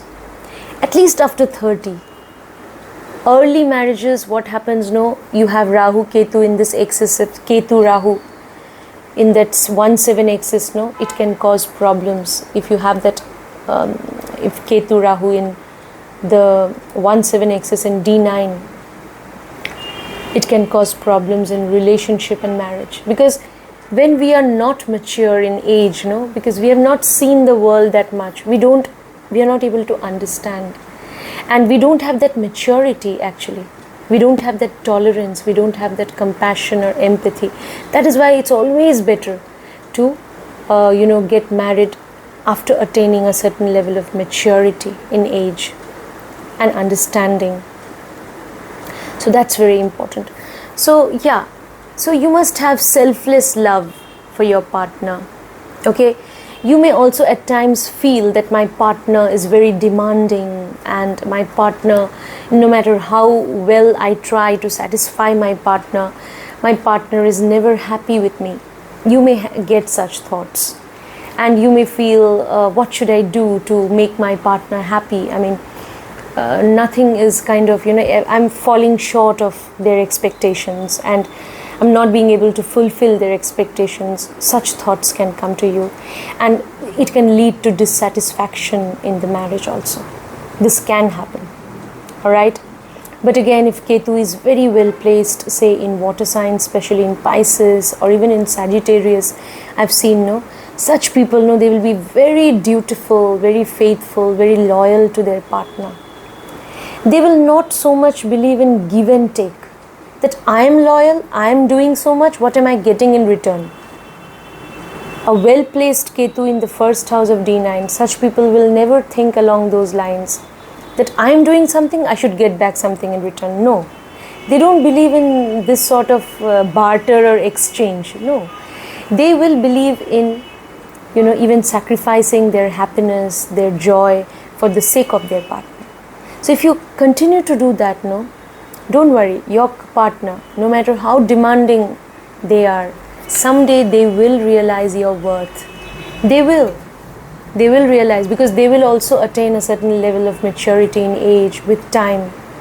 So they will realize your worth someday. So unless it is a relationship which is very abusive and you feel that, okay, you don't have any respect, or, the other person is hurting you in some way very badly, then that is a different scenario altogether. Otherwise, try to adjust. You'd always be on the giving side. Okay, never mind, you will be on the receiving side also someday in future. So be hopeful, do not give up hope. So that's what I can say with people, say to people who have Ketu in the first house of your D9. Okay, a deep rooted spiritual connection with your partner. Try to develop that. Alright, otherwise, no, there could be detachment from the partner. This can happen. Alright, and even I've seen people with Ketu in the first house of D9, they may not be much interested in committed relationship or marriage, because Ketu causes what? Lack of interest, dissatisfaction, and detachment. So such people who have Ketu in the first house of the D9, they may also not be much interested in committed relationship, in marriage and all. They may want to stay away from such relationships also. That's also possible. They may follow a spiritual path. They may love isolation, solitude, and they may go into some sadhana, spiritual practices, occult practices, or religious practices. That is also possible. But if you have already tied the knot, if you're already married, then remember that in spite of remaining within the institution of marriage, you can still continue with your spiritual practices. Alright? So friends, that was my take on Ketu in the first house of D9. Now quickly let's move on to the outer planets. What will happen when Uranus is in the first house of your D9 chart? Uranus in the first house of D9. Okay, it can show that you also can be somebody who is perhaps not looking for a conventional sort of relationship. Okay, so you may also not totally believe in that institution of marriage. Okay, the way this institution is perceived, or way the custom of marriage has been handed down to us by previous generations, you may not kind of believe in that totally, because when Uranus is in the first house, you are someone who can be very unconventional in their whole approach to marriage and partnership. You may believe in live-in relationship. You may think that, okay, let me stay with this person and figure out whether it is clicking, whether it is working. So you may have such thoughts. So that it's always better to, stay together in a live-in relationship, and maybe later on we can think of commitment. You may think that way. Because Uranus enables you to look at things, from a very different, unique, or you can say very extraordinary perspective also, and which is like, especially Uranus is a planet which has a tendency to revolt against social customs, rules, regulations. So it will revolt against, it will question everything, it will question all institutions. So it can question the institution of marriage, definitely, when you have it in the first house. So you can be very much open to relationship. You may have a lot of desire to be in a relationship, but you may not believe in conventional marital relationship. You may not believe in that. It's possible. Now, but again, if Uranus is aspected by benefics, then maybe you may look for somebody who is also very independent, and who is someone who is unique in their approach to life. Somebody, there should be a spark in that person. That person should not be ordinary. That person should have some extraordinary quality. Then if Uranus is associated with benefics, then maybe eventually you may even end up marrying that person. It's possible. Yeah, it's possible. Because Uranus is also the planet which is believed to be like Rahu, or the north node of the moon. It can give you a lot of desire and ambition also, a lot of enthusiasm, a lot of zeal to get into partnership, even marriage also. It's possible. All right, but even if it's a marriage, there could be the native might want to be maybe even in an open marriage, or the native might want to be in a marriage, but they will always want to have their freedom, individuality. So they will not believe that getting married is losing my independence. So why will I lose my independence? I am an individual. I have my own individuality, my own identity. Only because I'm getting married to somebody, I'm going to lose my identity? No, I won't. Or I'm going to merge my identity with someone else's, or I'm going to lose my independence. I will not do that. So that's what you will think when you have Uranus in the first house of your D9. Whereas in reality, marriage, is an institution, a social institution, which demands compromise at every step. You cannot say that I'm married to somebody, but I'm totally independent. I'll do everything, independently. I'll make all decisions independently. If you say that, then your marriage may be in trouble. That is the reality. So in marriage, we definitely, everyone in marriage, one has to make a lot of compromises. Marriage is based on mutual compromises and understanding. But Uranus in the first house of D9, such people will think that no, I'm not going to lose my individuality at any cost. My freedom is so important to me, I will not lose that. So this attitude to relationship, partnership, or marriage can cause problems in the relationship when you have Uranus in the first house of your D9 chart, because you are so individualistic, and if it is connected to Sun, planets like Sun, strong Sun and all, you could be very egoistic also. So then that will cause problems in the marriage. It can happen. What about your life path? Okay, or what about your destiny or fortune? When you have Uranus in the first house of the D9, you can be a very good healer, researcher, scientist, occultist. You can go into any field of research, investigation. You will do very well because Uranus is connected to the sign of Aquarius. It exalts in Scorpio. Any field of research, investigation, technology is going to be very good for you. You could go into engineering, technology. You will excel. You could get into healing. You could get into the occult. The occult is a wonderful line of profession for you when you have Uranus in the first house of your D9. What else? So you could be connected to social welfare organizations. Yes, you could be a social activist. You could fight for social causes, humanitarian causes.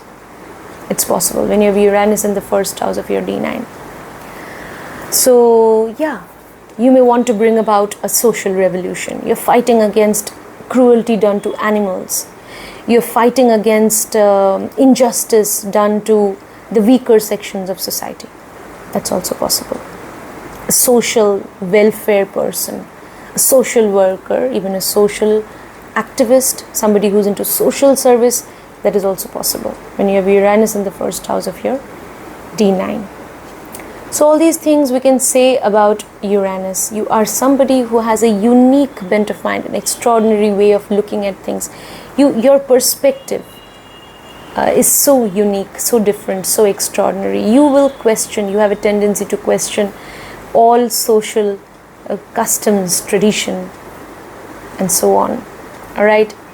So yeah, that is your inherent nature now. Okay, but channelize that energy which you have within yourself, no, with that a propensity to question everything, using your own logical bent of mind, your reasoning power, your intellectual power, intellectual depth, your analytical abilities. Use all of that, channelize that energy along a constructive direction. Then you will get wonderful results. If you're in a relationship, no, don't scrutinize or don't judge your partner so much. Don't find faults with them. Don't do that. Or don't always think that my perspective is the best. They are somebody they are not able to understand me, and what I think is always the best, and that will make somebody have superiority complex. And if you have superiority complex in a relationship, the relationship or marriage can never work.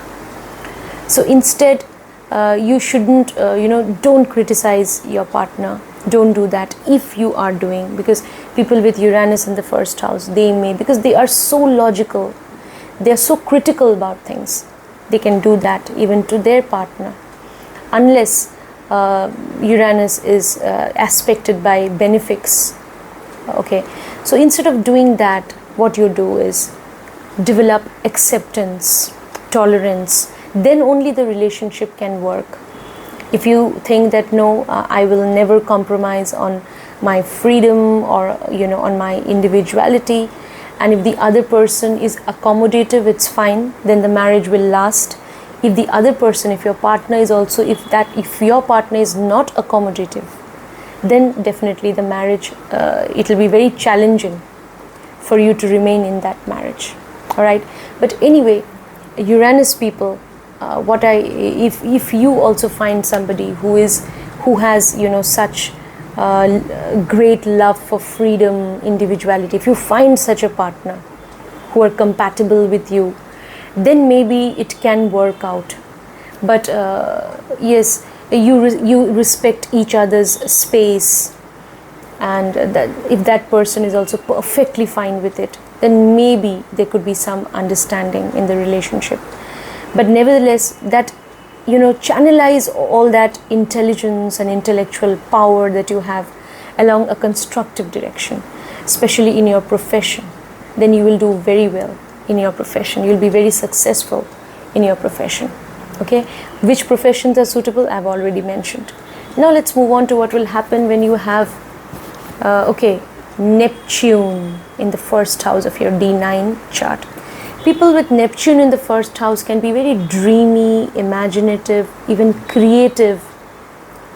These people are very creative. If Neptune is well placed in the chart, its dispositor is well placed in D9, even in D1. They are so dreamy, so creative. They remain in their world of imagination and beauty, creativity. Neptune is connected to the sign of Pisces. It exalts in Aquarius, but it's connected to the sign of Pisces. So such people can be great healers. Initially in life, they may be confused. First, I'll talk about profession. Initially in life, because how, the first house of your D9, so D9 is also the chart of your fortune. So how will you unlock your fortune? So first I'll talk about your fortune. So if you move towards spiritual practices, occult practices, healing, counseling, you can do very well. Psychology, psychotherapy, you will do very well in your profession. If you are into social service, you want to help others out, you will do very well when you have Neptune in the first house of your D9.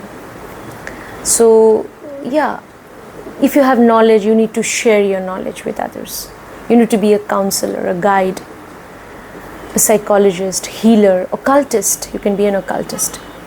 You could also be into, because Neptune exalts in Aquarius. So you can be into any field of research, investigation, even technology. It's possible. All right. Now, initially in life, people with Neptune in the first house of D9, they could be a little confused about things. That, because Neptune also can cause, confusion, even illusion. That which career path to adopt, it can happen. Yeah. So you have to, kind of figure out what skills you have. Because people with Neptune in the first house of D9, they are skillful. They have some skills, some creative skill they have, some ability they have. They have great intuition also. So you just have to figure out what skills you have and what skills you need to enhance. And from there you will start seeing growth in your life. There could be confusion, but try to come out of that confusion.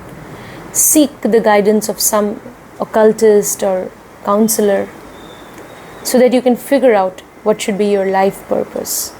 So creativity, occult, etc. Even medical profession. So all these professions, healing is very good for you. So once you figure out that, you will become successful in life, in your career. Now and your fortune will rise.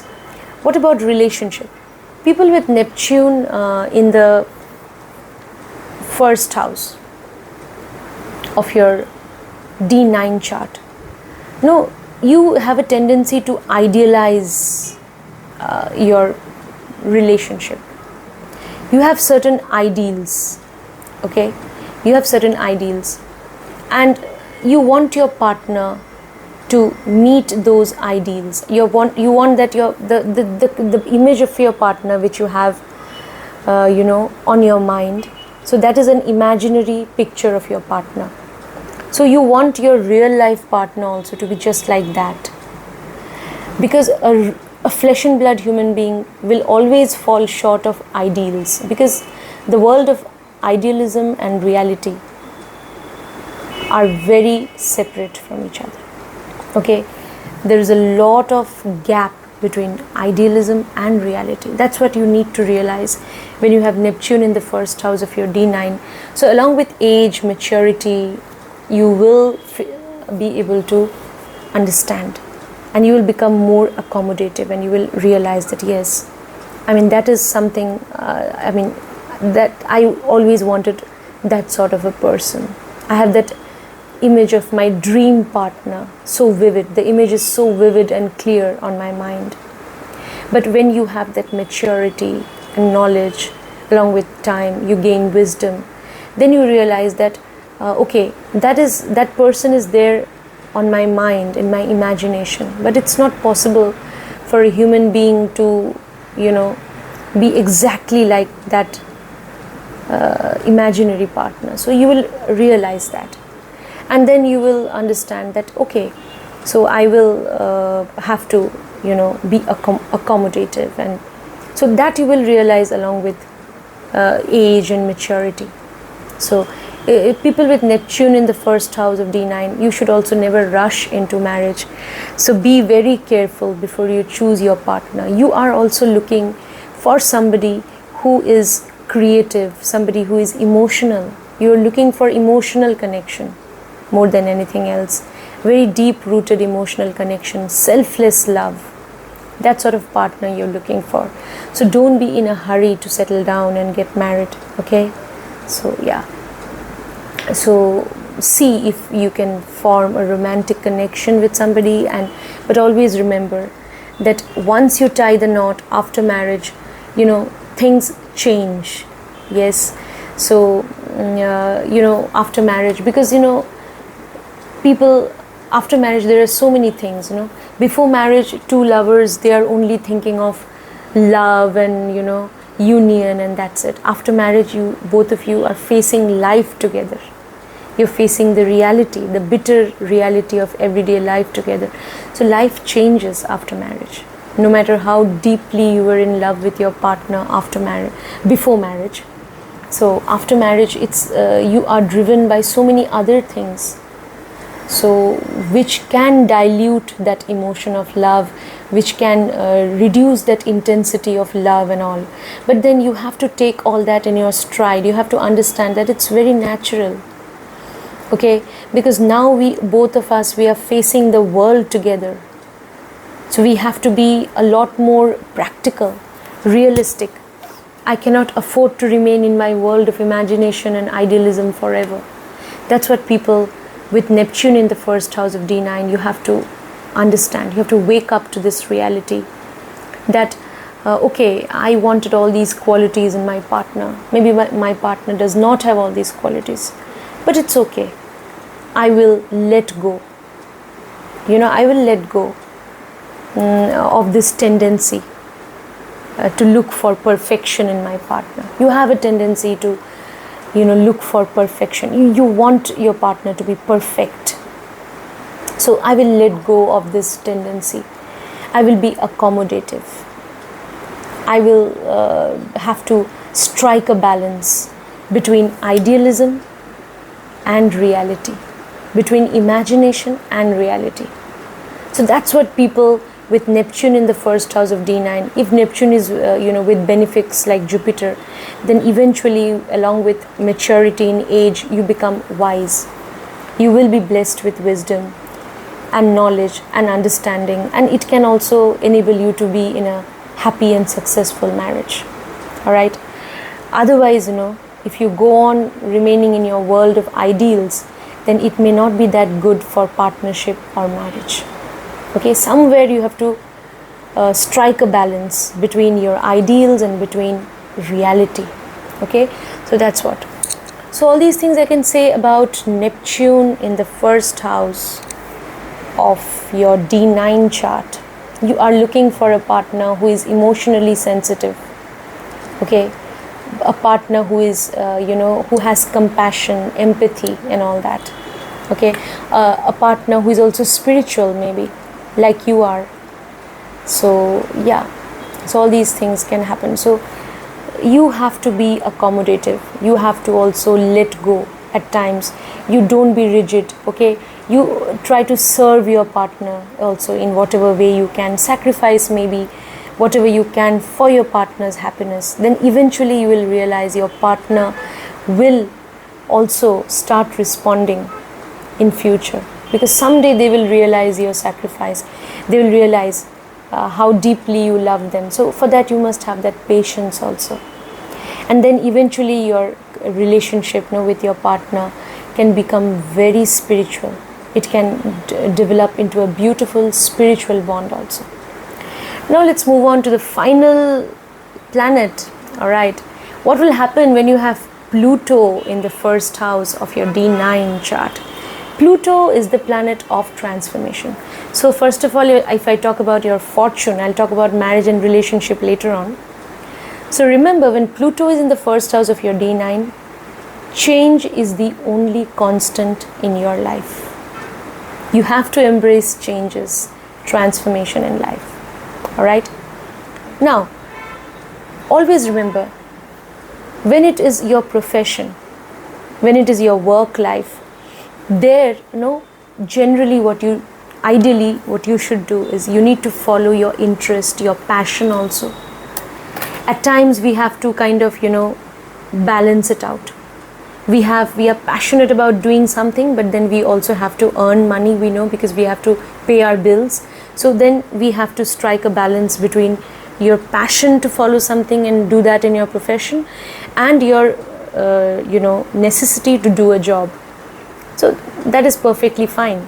So when Pluto is in the first house of your D9, when it comes to your profession, you can make all kinds of choices, changes in your profession. You can do that. Okay?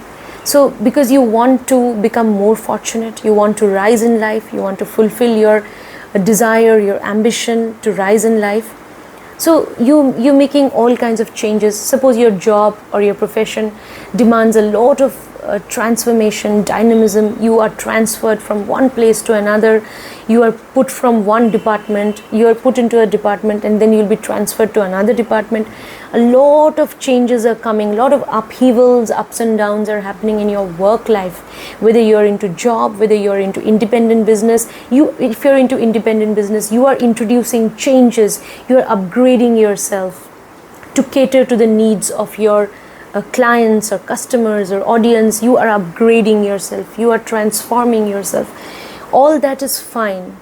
But when it comes to relationship, when Pluto is in the first house of D9, if you think that I will do whatever I want, because relationship, always remember, especially if it is a committed relationship or a spiritual relationship like marriage, then you should never think that I'm not happy in this marriage, I will end this marriage.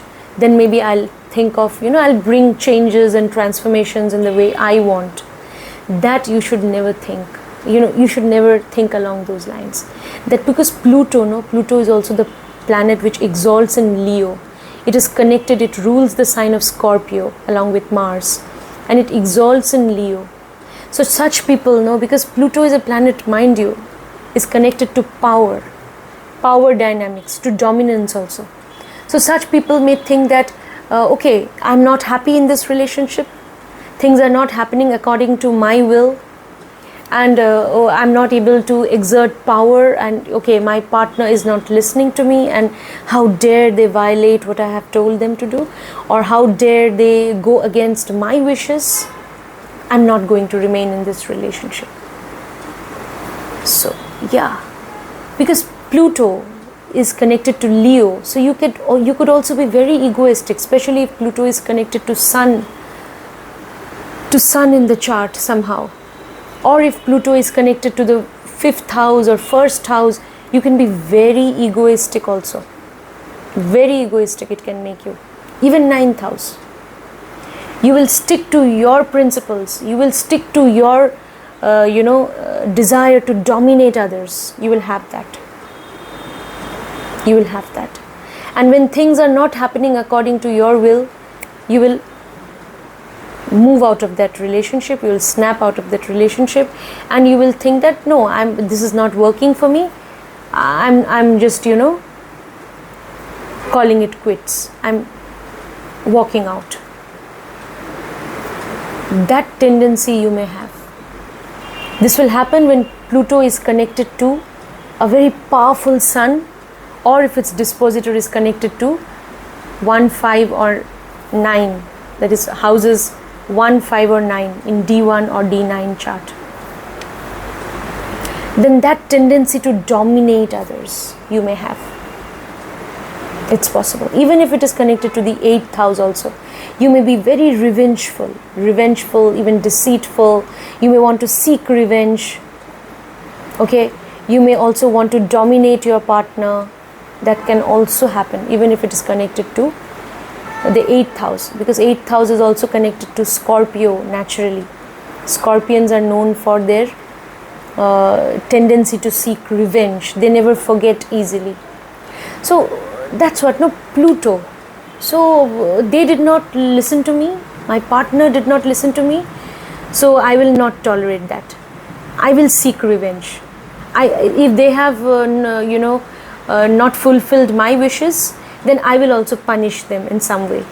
So that bent of mind Pluto can give you, which is not good, not at all desirable for conjugal life, then definitely your marriage will not work if you have such a tendency.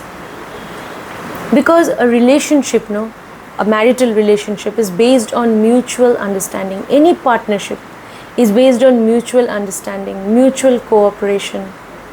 At times you have to let go, okay? At times you have to, you assert certain things, but at times you forgive and let go. It is based on compromises, relationship or partnership or marriage. So if you are only thinking of controlling your partner, and if you are so obsessed with the power dynamics in the relationship, then it can spoil the relationship. That's what I have seen. Alright, so when it comes to your profession, fine. When it comes to your profession, you remember that transformation is the key. You have to upgrade yourself, upgrade your knowledge. The sign of Leo, it exalts. Leo is connected to knowledge. Scorpio, it's its own sign. So in-depth research, study, investigation, upgrading your knowledge, bring about changes in your profession, transform yourself, do constructive things in your work. All that is fine. So in profession, how will you unlock your fortune when you have Pluto in the first house of D9?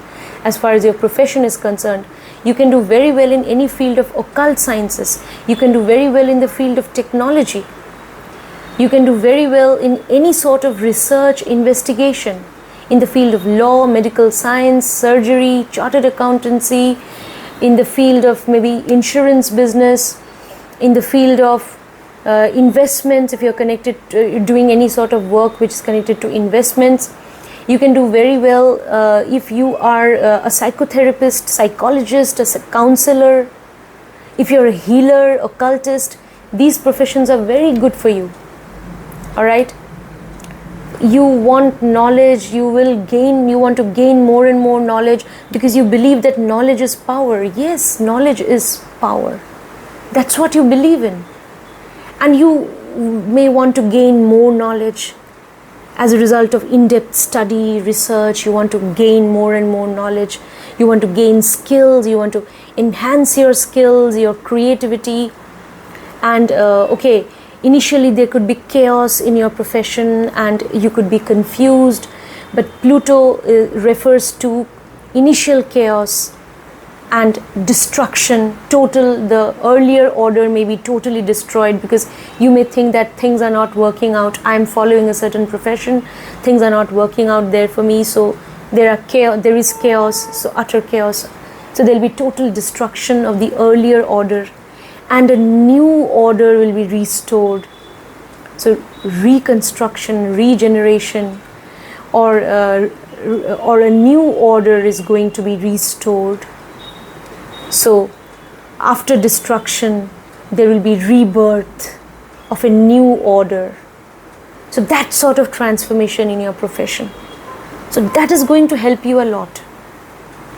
Initially, maybe you were into teaching or counseling, and later on you figure out, no, I just don't want to be into teaching. Maybe I want to do something else. Maybe I want to explore the world of occult. I'm just giving you an example. So you're bringing about that transformation in your profession. Or maybe I want to go into healing, I want to go into psychology, I want to go into spiritual practices. Yes, when you have Pluto in the first house of the D9, you can definitely do very well if you're moving towards spiritual practices. Spiritual practices, occult practices, you can do very well also. Alright? So that's all about profession.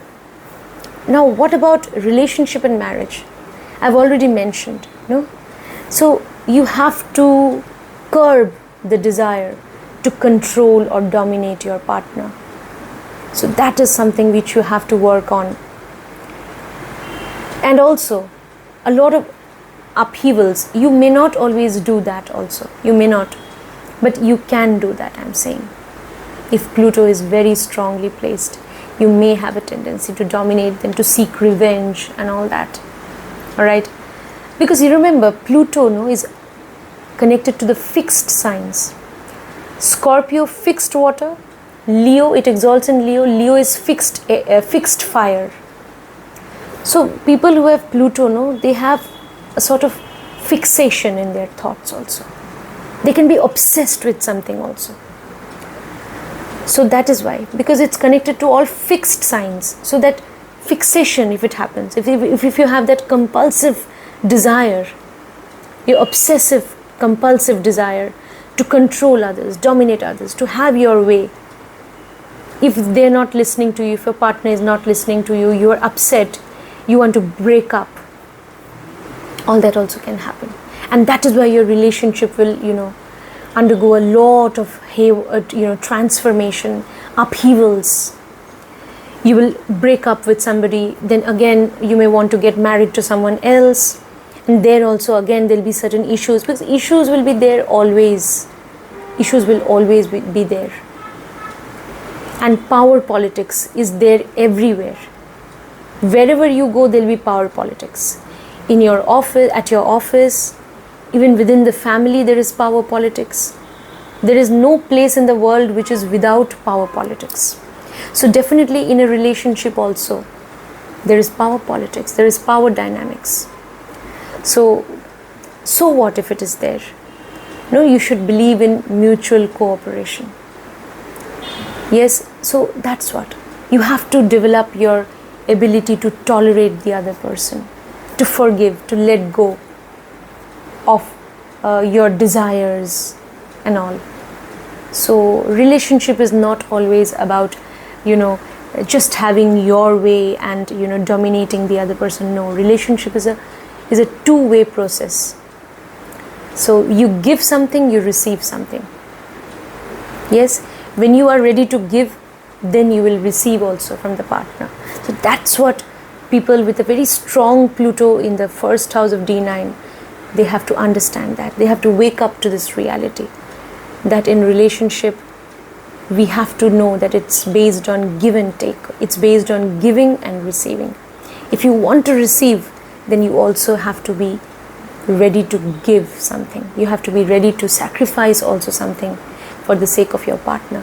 When you realize that, then definitely, you will eventually develop a very intense and powerful, a very, strong connection you can develop with your partner.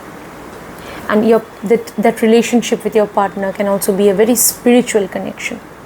But for that, you have to realize the fact that you also have to develop that power of endurance, tolerance. You have to also be ready to sacrifice your happiness for the sake of your partner, and then you can expect the same from your partner, right?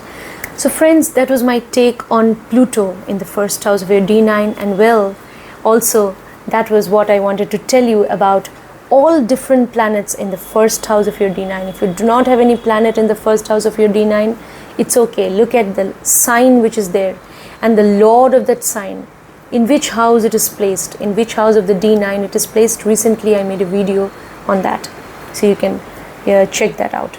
So friends, yes, if you want personal consultation, you can get in touch with me. And alright, do share, like, subscribe to the channel kindly, friends, and please support this channel of yours so that I can keep making content for you. Alright, and also I would like to say that finally, always believe in charity, believe in being charitable to the poor, to the downtrodden, to the unprivileged. Okay, so be charitable to the weaker sections of the society. It's very important. And be kind and even compassionate to all animals, birds and creatures.